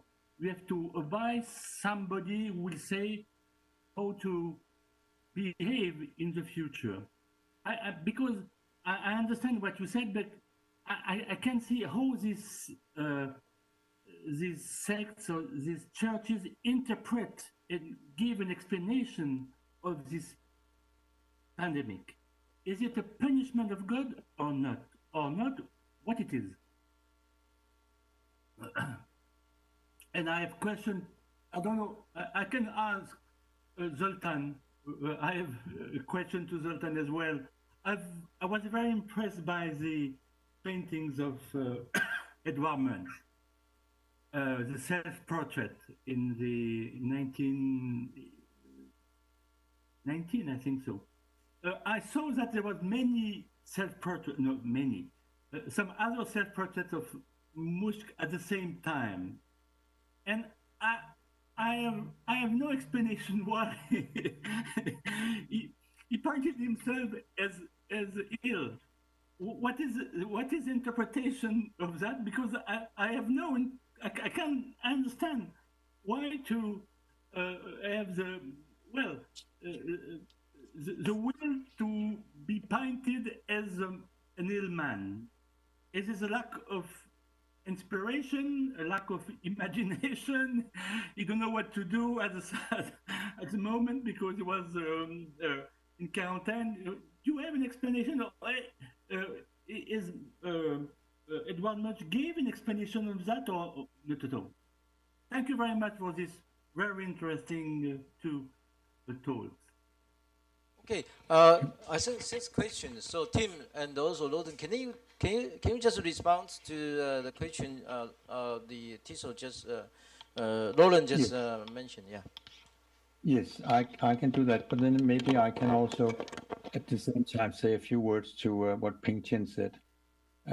I think, Ping Chen, that it was an interesting question that you asked about whether a new kind of planetary ecological kind of view could lead to saying that the right to live include the right for viruses to also live. And I think that's a very interesting perspective in regard to religions and ecology and climate change, etc. But things are taking place there. But as far as I read you, it doesn't mean that the virus should take over, right? So there should still be some kind of control. So it's a balance keeping. And I think that this was what we learned from the Matsu examples from Taiwan also, that it is possible to sort of both have your pilgrimage and to keep social distance, even if it might be tough. That's also a way to live with the virus at the same time as you have your freedom of religion and your freedom and your right to live. You said that it's a game changer. I still want to see that. I still want to see whether it's a real game changer in regard to religion, for instance. But of course, I think that we have to watch out for more religious people being more in awe of medical science than they used to be, for instance. We have to see whether more people turn away from religion and put more trust in science, in medical science. I personally hope so. And that in a way can also, I mentioned this online thing, you mentioned technical advice. As far as the Pew Research sort of documented yesterday, most of the Americans who said that they like to be online said that the minute the epidemic is over, they will go physically to church again. So we don't know how much it will change in that regard. Now, Laurent, your question. Yes, preparing for this lecture, I've been looking up articles and seeing what people have been saying, etc. And sure, just like with the tsunami, just with the Japanese reactions and reactions all over, Tokyo's mayor sort of referring to the punishment of the sky and response of natural forces to Japanese egoism. And we have had Christians saying that, you know, it was sort of a punishment made by God in order to punish the human beings for not taking seriously holidays when they're on the beach hotels. We have seen We have seen people, of course, saying that, for instance, the outbreak of the virus in China was Allah's punishment to Chinese people for not being nice to the Muslims, and several other examples where you will see that this very famous and well-known pattern of reading responses to the moral of a people in nature, including viruses, it is still very much alive.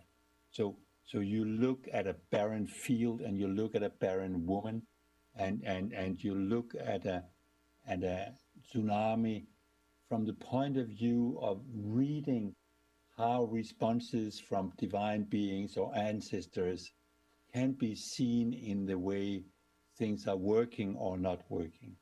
So it's still, I think, a pattern within religions, and then of course you could do more research and try to figure out exactly what kind of individuals, what kind of religious authority, what kind of educational level, etc., do you find this kind of punishment idea linked to? That's the sort of the sociological part of it, but it is still around, yes.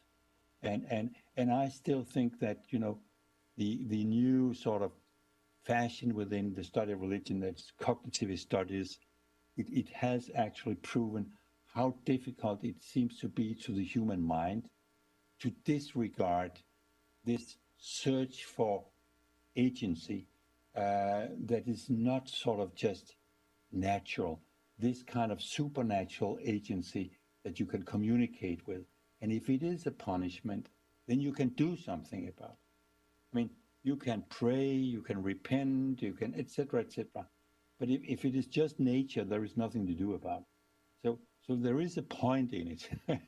I do not say that it helps that you pray or it helps that you have atonement, but then you can do something, you can act, rather than just sit there and accept it as a fate. But that is another way of coping with it, to see it as fate.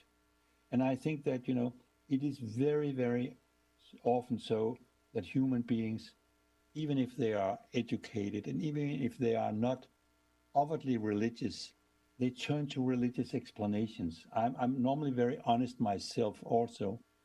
And even I, who try my very best every day to become a good atheist, to do away with religion, because I do not believe in religion. I think it would be wonderful to see a world without religion. But even I sort of turn to thinking in ways that are religious, in terms of crisis, in terms of fear, etc. I've done that time and again when I was in airplanes and I got scared. Then I start to think in terms of divine beings, in terms of, oh, no, we cannot have a crash because there is an innocent kid sitting next to me. I mean, we think in terms of, it's nonsense, but we do turn towards these kinds of thinking in crisis. And even, you know, in terms of illness, if I have seen one of my friends getting very ill and sort of terminally ill from cancer, I can sort of arrest myself saying, this is not fair. He has never done anything wrong. He has been good to his wife, he's been a good father, he's been a good, etc. And then he's still hit by this stupid cancer, right? And that way of thinking is religious. So it's still among us, and it has been with us since time immemorial, and I think it takes a long time before our brain will start to move in other ways. Because we have also learned about all of this in school, thinking in terms of gods and punishment and justice and things like this. So that's my long answer to your short question. Thank you. Thank you very much. How about Loden? Loden, have any comment about the second question for Yeah. Yes, is it me? Yeah. Yes, thank you for the question. Actually, there are different versions or different several self-portraits of monk during and after his illness.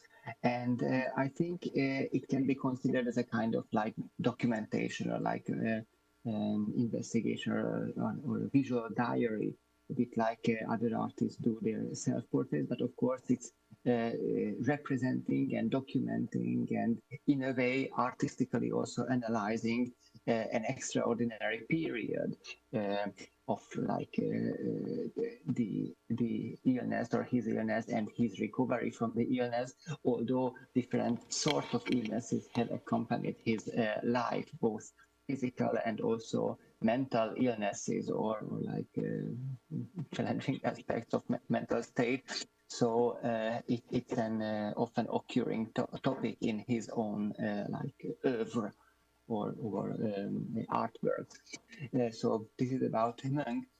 The other comment I wanted to make of Tim's presentation and also the various discussions, that it is very interesting how many parallels there can be between these different forms and manifestations of human culture, including arts and religion, and including also the fact that there are similar issues that people face and will have to face during the pandemic and right after. Also, this surprising parallel of the discussions whether people should continue online or people will continue online or they go back to the physical location. It's also very interesting. So Tim mentioned this, that people were attending the rituals or the ceremonies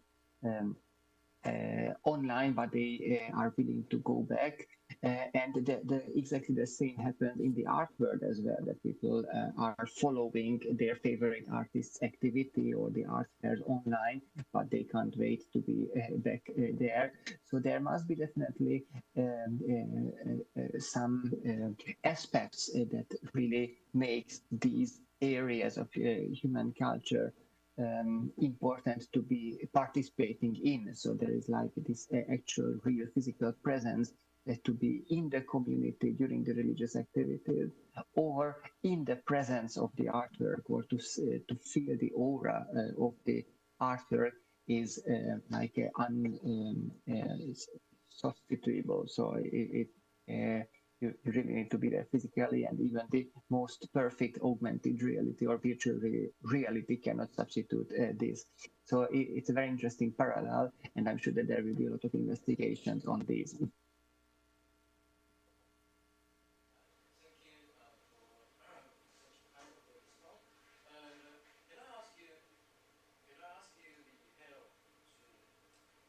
Hello, to talk a few to talk something. Yeah.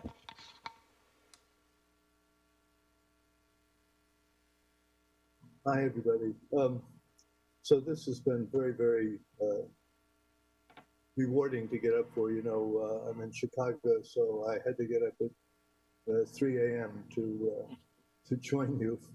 So I want to simply thank you for making it worth my while and quite stimulating. And and it's nice to see you.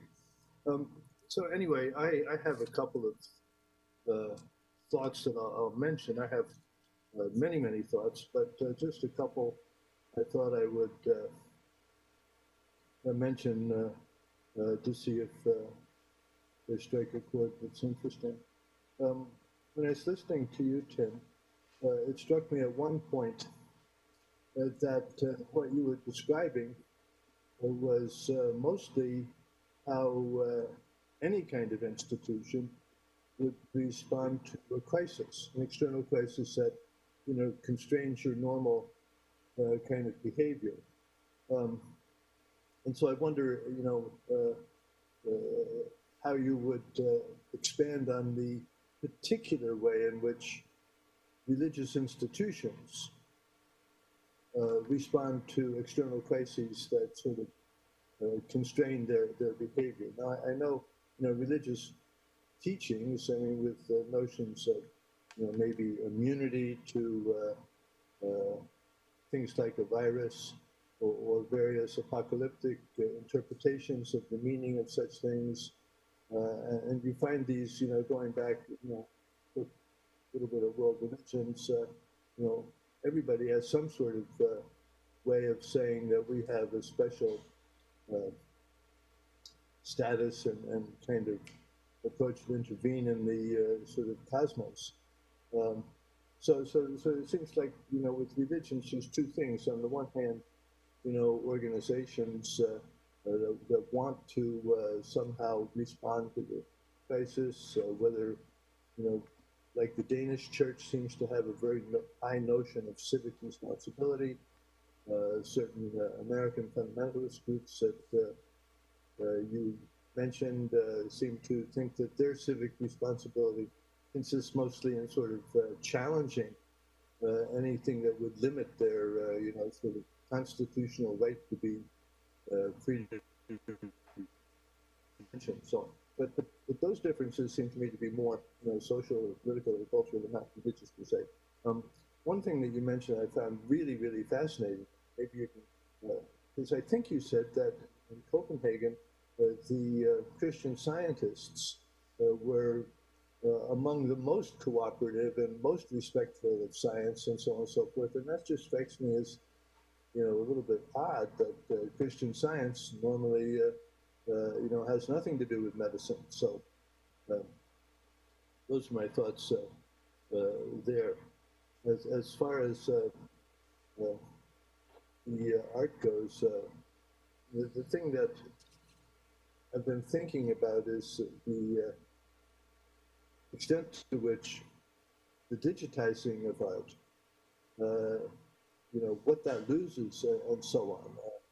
The exhibit Louisiana that you mentioned, Oliver Eliasson, we were there, and there's no way that you could have any sense of what was going on or what that exhibit was like if you were digitizing it, or sculptures of Richard Serra, for example. You have to be there and so on.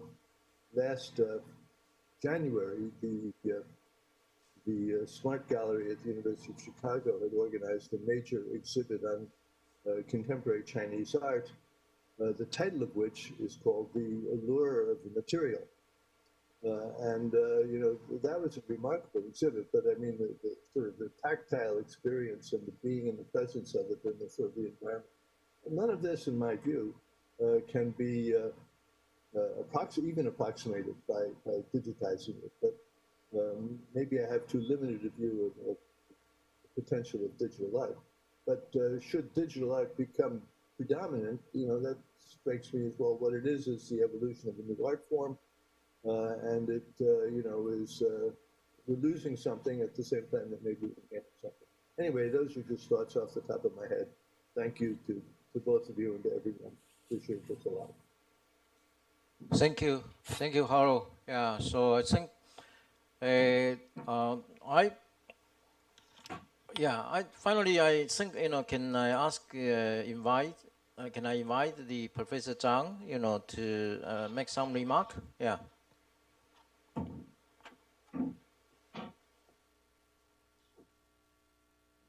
Yeah. Tony, you want me to say something? Yeah. Please, Chang Qian, please. Yeah.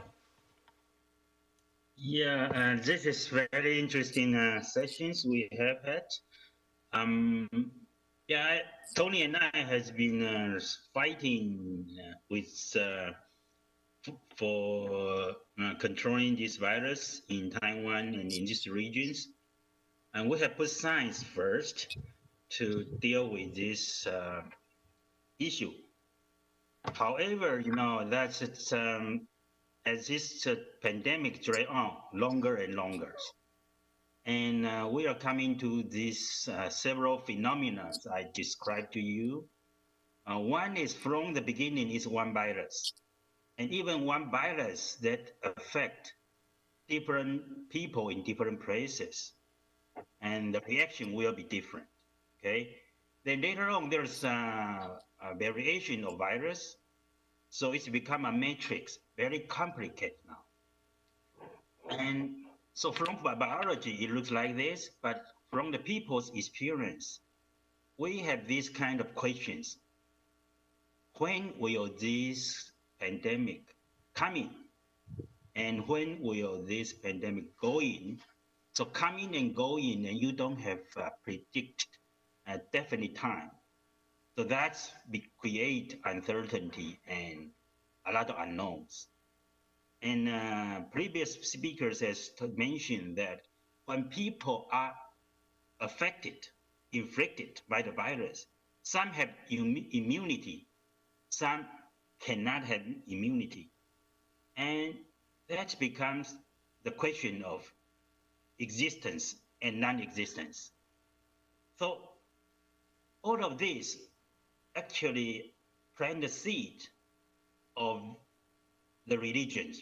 You know, people will resort to have explanations that science cannot provide. So I observe and more people, when we talk about scientific uncertainty and we talk about a lot of unknowns about this virus or this pandemic, and a lot of unknowns how long will this pass away, then people will resort more and more to instinct and to the explanation they are more familiar with. So through today, I learned about your point and viewpoint on the issues when we think about COVID-19's impact on religions that I have no answers, but you know, that's, would there be new religions coming out? Or the religions which are already existing will have different kind of practice, just like Tony has mentioned, and some can be adapted to a form that accommodate the virus now, but if the virus for several years, you know, pass away or went to some places, will these old practice coming back or not? And I believe that's we will see, and they will affect different parts of people and with different kind of religions. And the other side is that in every country there is command centers or a group of peoples who are steering the way each country are doing this. And you know, it's very difficult to convey scientific knowledge, but the majority of population actually are relied on layman's knowledge or, you know, first instinct of understanding. So repeatedly, if some countries, they are doing very well, and the kind of practice, the group of people or the kind of practice also become kind of quasi-religions. People say, oh, this work. We saw that in Hong Kong, in Singapore, in New Zealand, and people talk about all these kind of practice, and they are containing very well. But all of a sudden, if there's change, and it's hurt people's confidence and feelings a lot. So all through this, I saw a kind of interactions between, you know, the virus and the religions. To human eyes, both are invisible and both are very difficult to understand. And with this, I just add my thought, and it's very worthwhile to learn from each of you. And there looks like more things we can continue discussion and on this. I think it's very essential and very fundamental humanities issue. Thank you very much. Yeah, thank you. Thank you for Chang Qian, very, you know, insightful comment. And so I think I want to add to comment after the Binzhen, after Tin, after, you know, Tissot and also Zhang. You know, I think when I was a child, I always heard our grandpa say from the Buddhist Bibles, they say living creatures has the same right to live. I never understand what they mean by that. When even we grow up, but you see today we understand a little more about that because as Tim indicate, how can we relate science to religion? I think this is still very important, and I also learned from our Dean Zhang about some of the ecological environmental influence. Actually, you see, when you say you eliminated a mosquito, what happened to the world? Can you do that? And are you sure you eliminated a mosquito means you can fight against the disease? I mean, you can ask the people. Never person will agree with this viewpoint. So this is again to indicate what is the science which never been elucidated before. So I agree with the Binzhen. I mean, we already talk about the new life, about the COVID-19 era. The new life is. If you see so many cases, so does this mean we have to live with the virus? Not rather than just to eliminate or to let them disappear. I think this is very difficult to see. So I mean, this is very nature in all the peoples. Some people say, "Oh, we are afraid of the just to destroy the fly." And if you see the fly and you want to destroy it, and everyone say, "Oh, no, this is not correct because they are living, they are live the creature." So many times we think about this. We see this is actually is ecological viewpoint, and we have to see. We have to continue have a discussion about this, and this is what I want to make the one comment from all of these. The second comment is very important, as Lawton and also as Tim also indicate a little bit, not much. People think about, if you want to avoid the cluster infections, can we do the online, church, prayer? Can we do the online, the festival ceremony? We also have had the same experience to ask people to use the online ceremony, not go to the real place, to pray, even in the ceremony of the ancestry, the festival. So again, Lawton also say the online, this online meeting and online virtual auction and the online, exhibition. And the young, does this COVID-19 affect the young generation to be adapted to the culture for online? We so-called the online activity in relation to any, field. So I don't know the answer, but this is very important, So that means, young generation have excuse not going to church because they want to stay home, they want to go outside for fun, rather than go to the church. I mean, this is maybe not very polite to the religion, but this is actually to a reflection of the phenomenon. So I learned so much from these two speech, and I think we have to still continue think about such kind of the thinking in the face of the still continue, epidemical and also pandemic of COVID-19.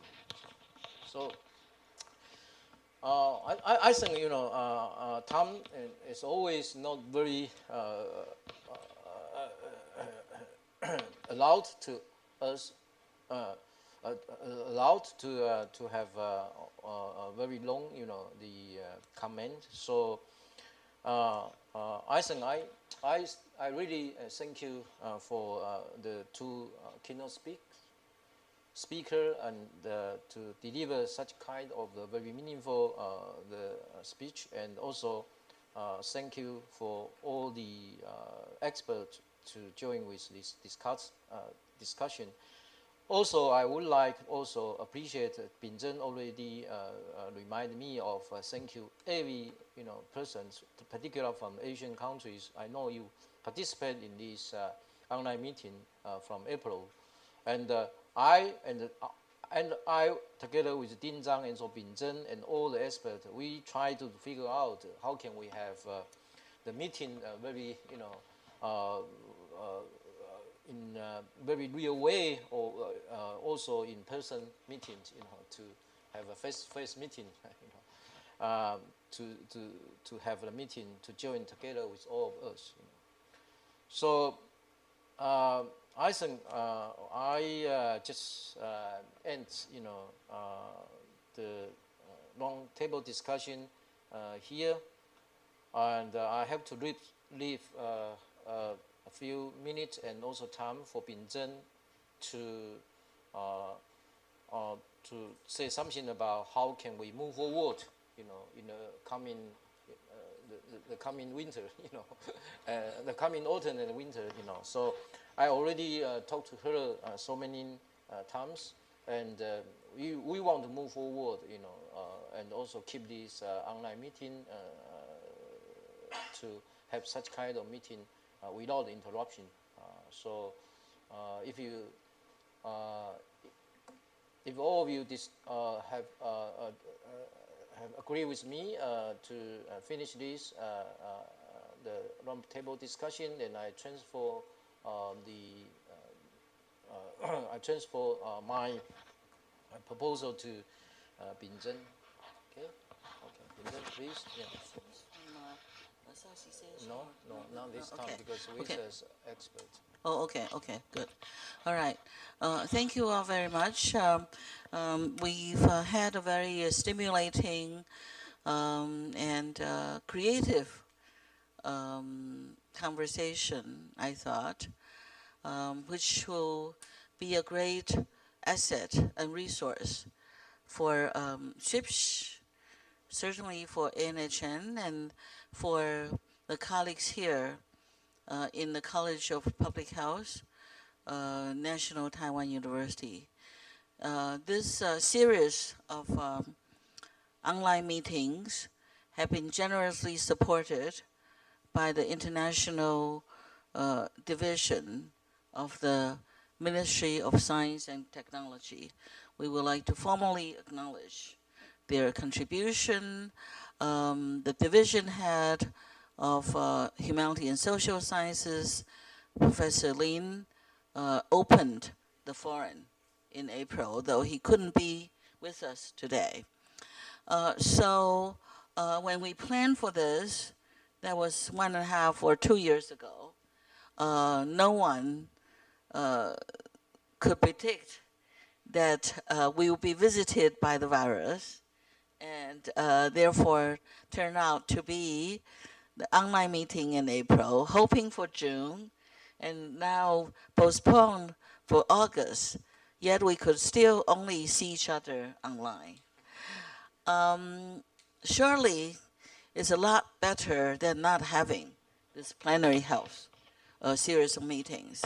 That in itself is very innovative, it's groundbreaking. I think we should acknowledge that.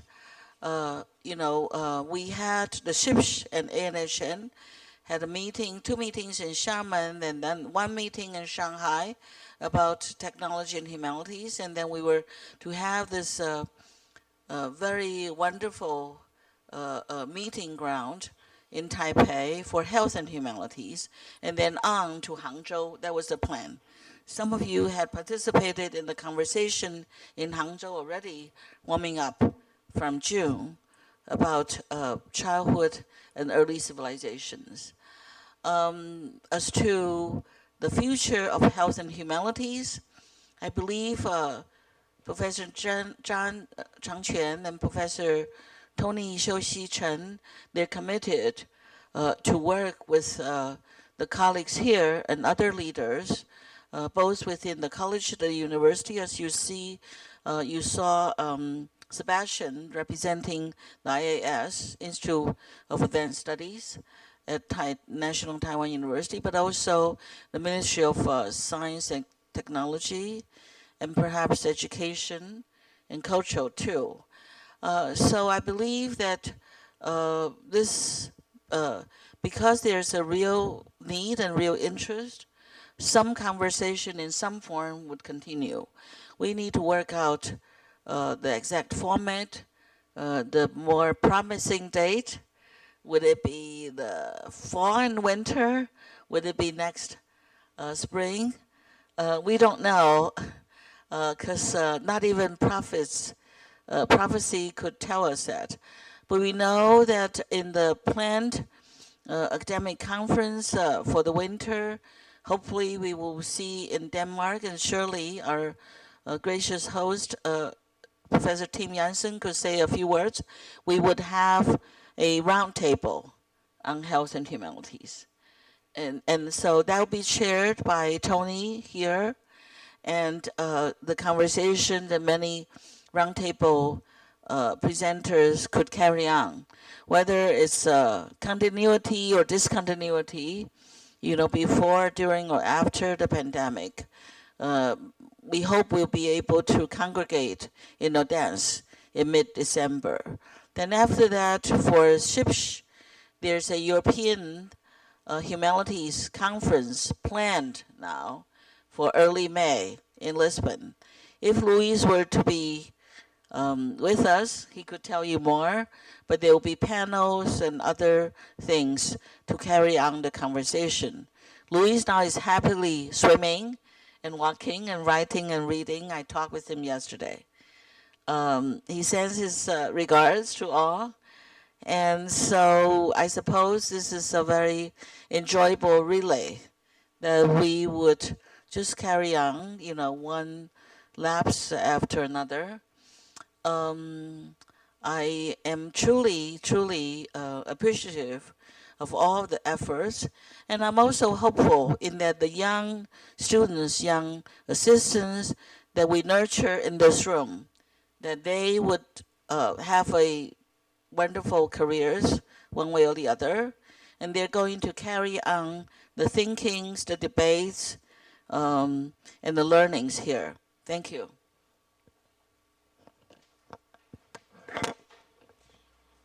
Thank you so much about the Binzhen, to describe about our future on the law chips, and also the coming meetings. So, do you want Tim to say something about the December meeting? Yeah, Tim, you want to say something about that, or you want to say something later on, or yeah, it's up to you. We still have maybe 5 or 10 minutes. Can you hear me now? Sure. Yeah. Okay, thank you.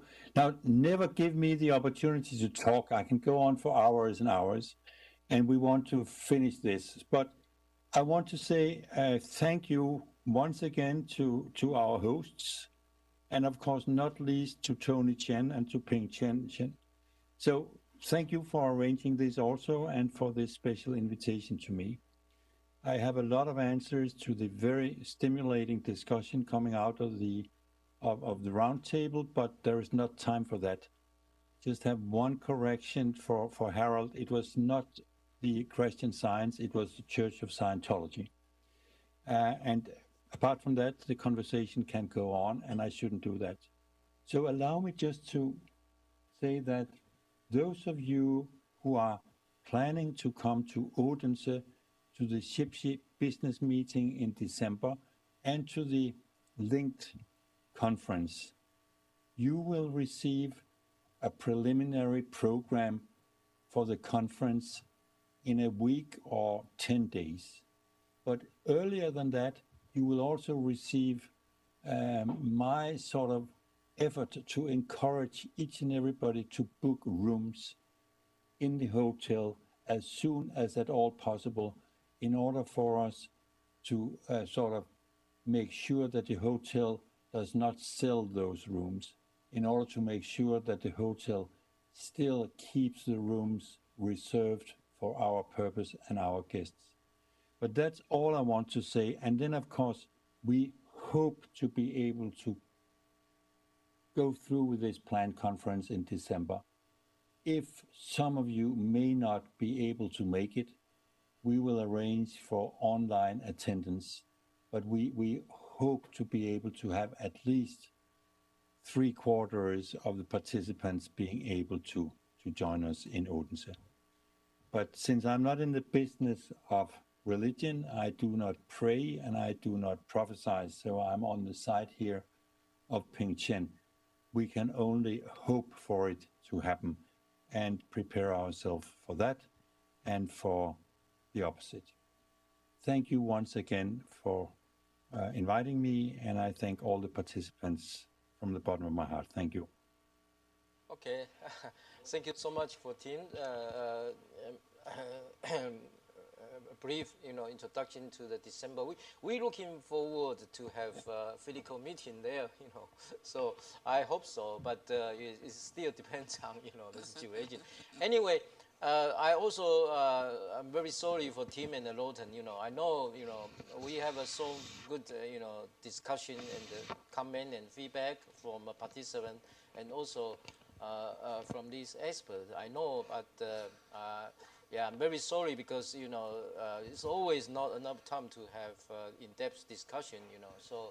So that's a pity. But I know, but I think all the points experts made will be well taken, and also to reflect on their mind, and it would be very useful for our Asian countries as well. So I think it's time to finish this online meeting, because people always remind me to not go beyond time too much, because we have so many colleagues. But anyway, thank you so much for all the experts join with this meeting and also participants. Take a picture. And yeah. So finally, we have the cool photos before we go. So can we take a photo, please? Grace? Yeah. Our funding Your agencies turn, likes to see this. Grace, your turn. Yeah. Could you please turn on your camera? We'll have a group photo together.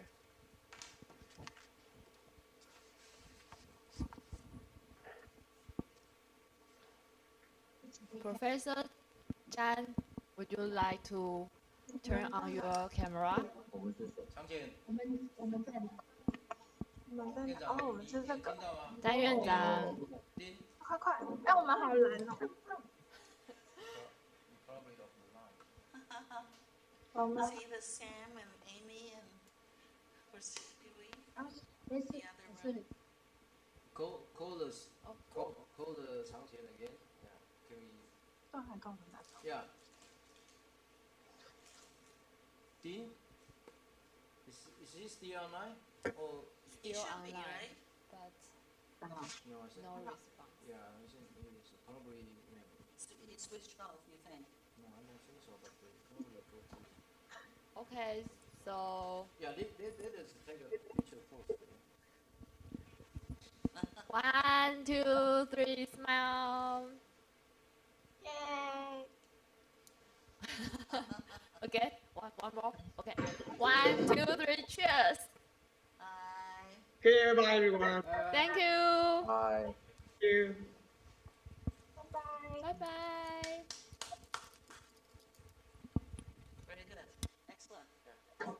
See you tomorrow. See you tomorrow. Hello, see you tomorrow. You get to sleep for 6 hours. Hi. Or no, more. Okay. 明天见。其实现在还。그 on 我个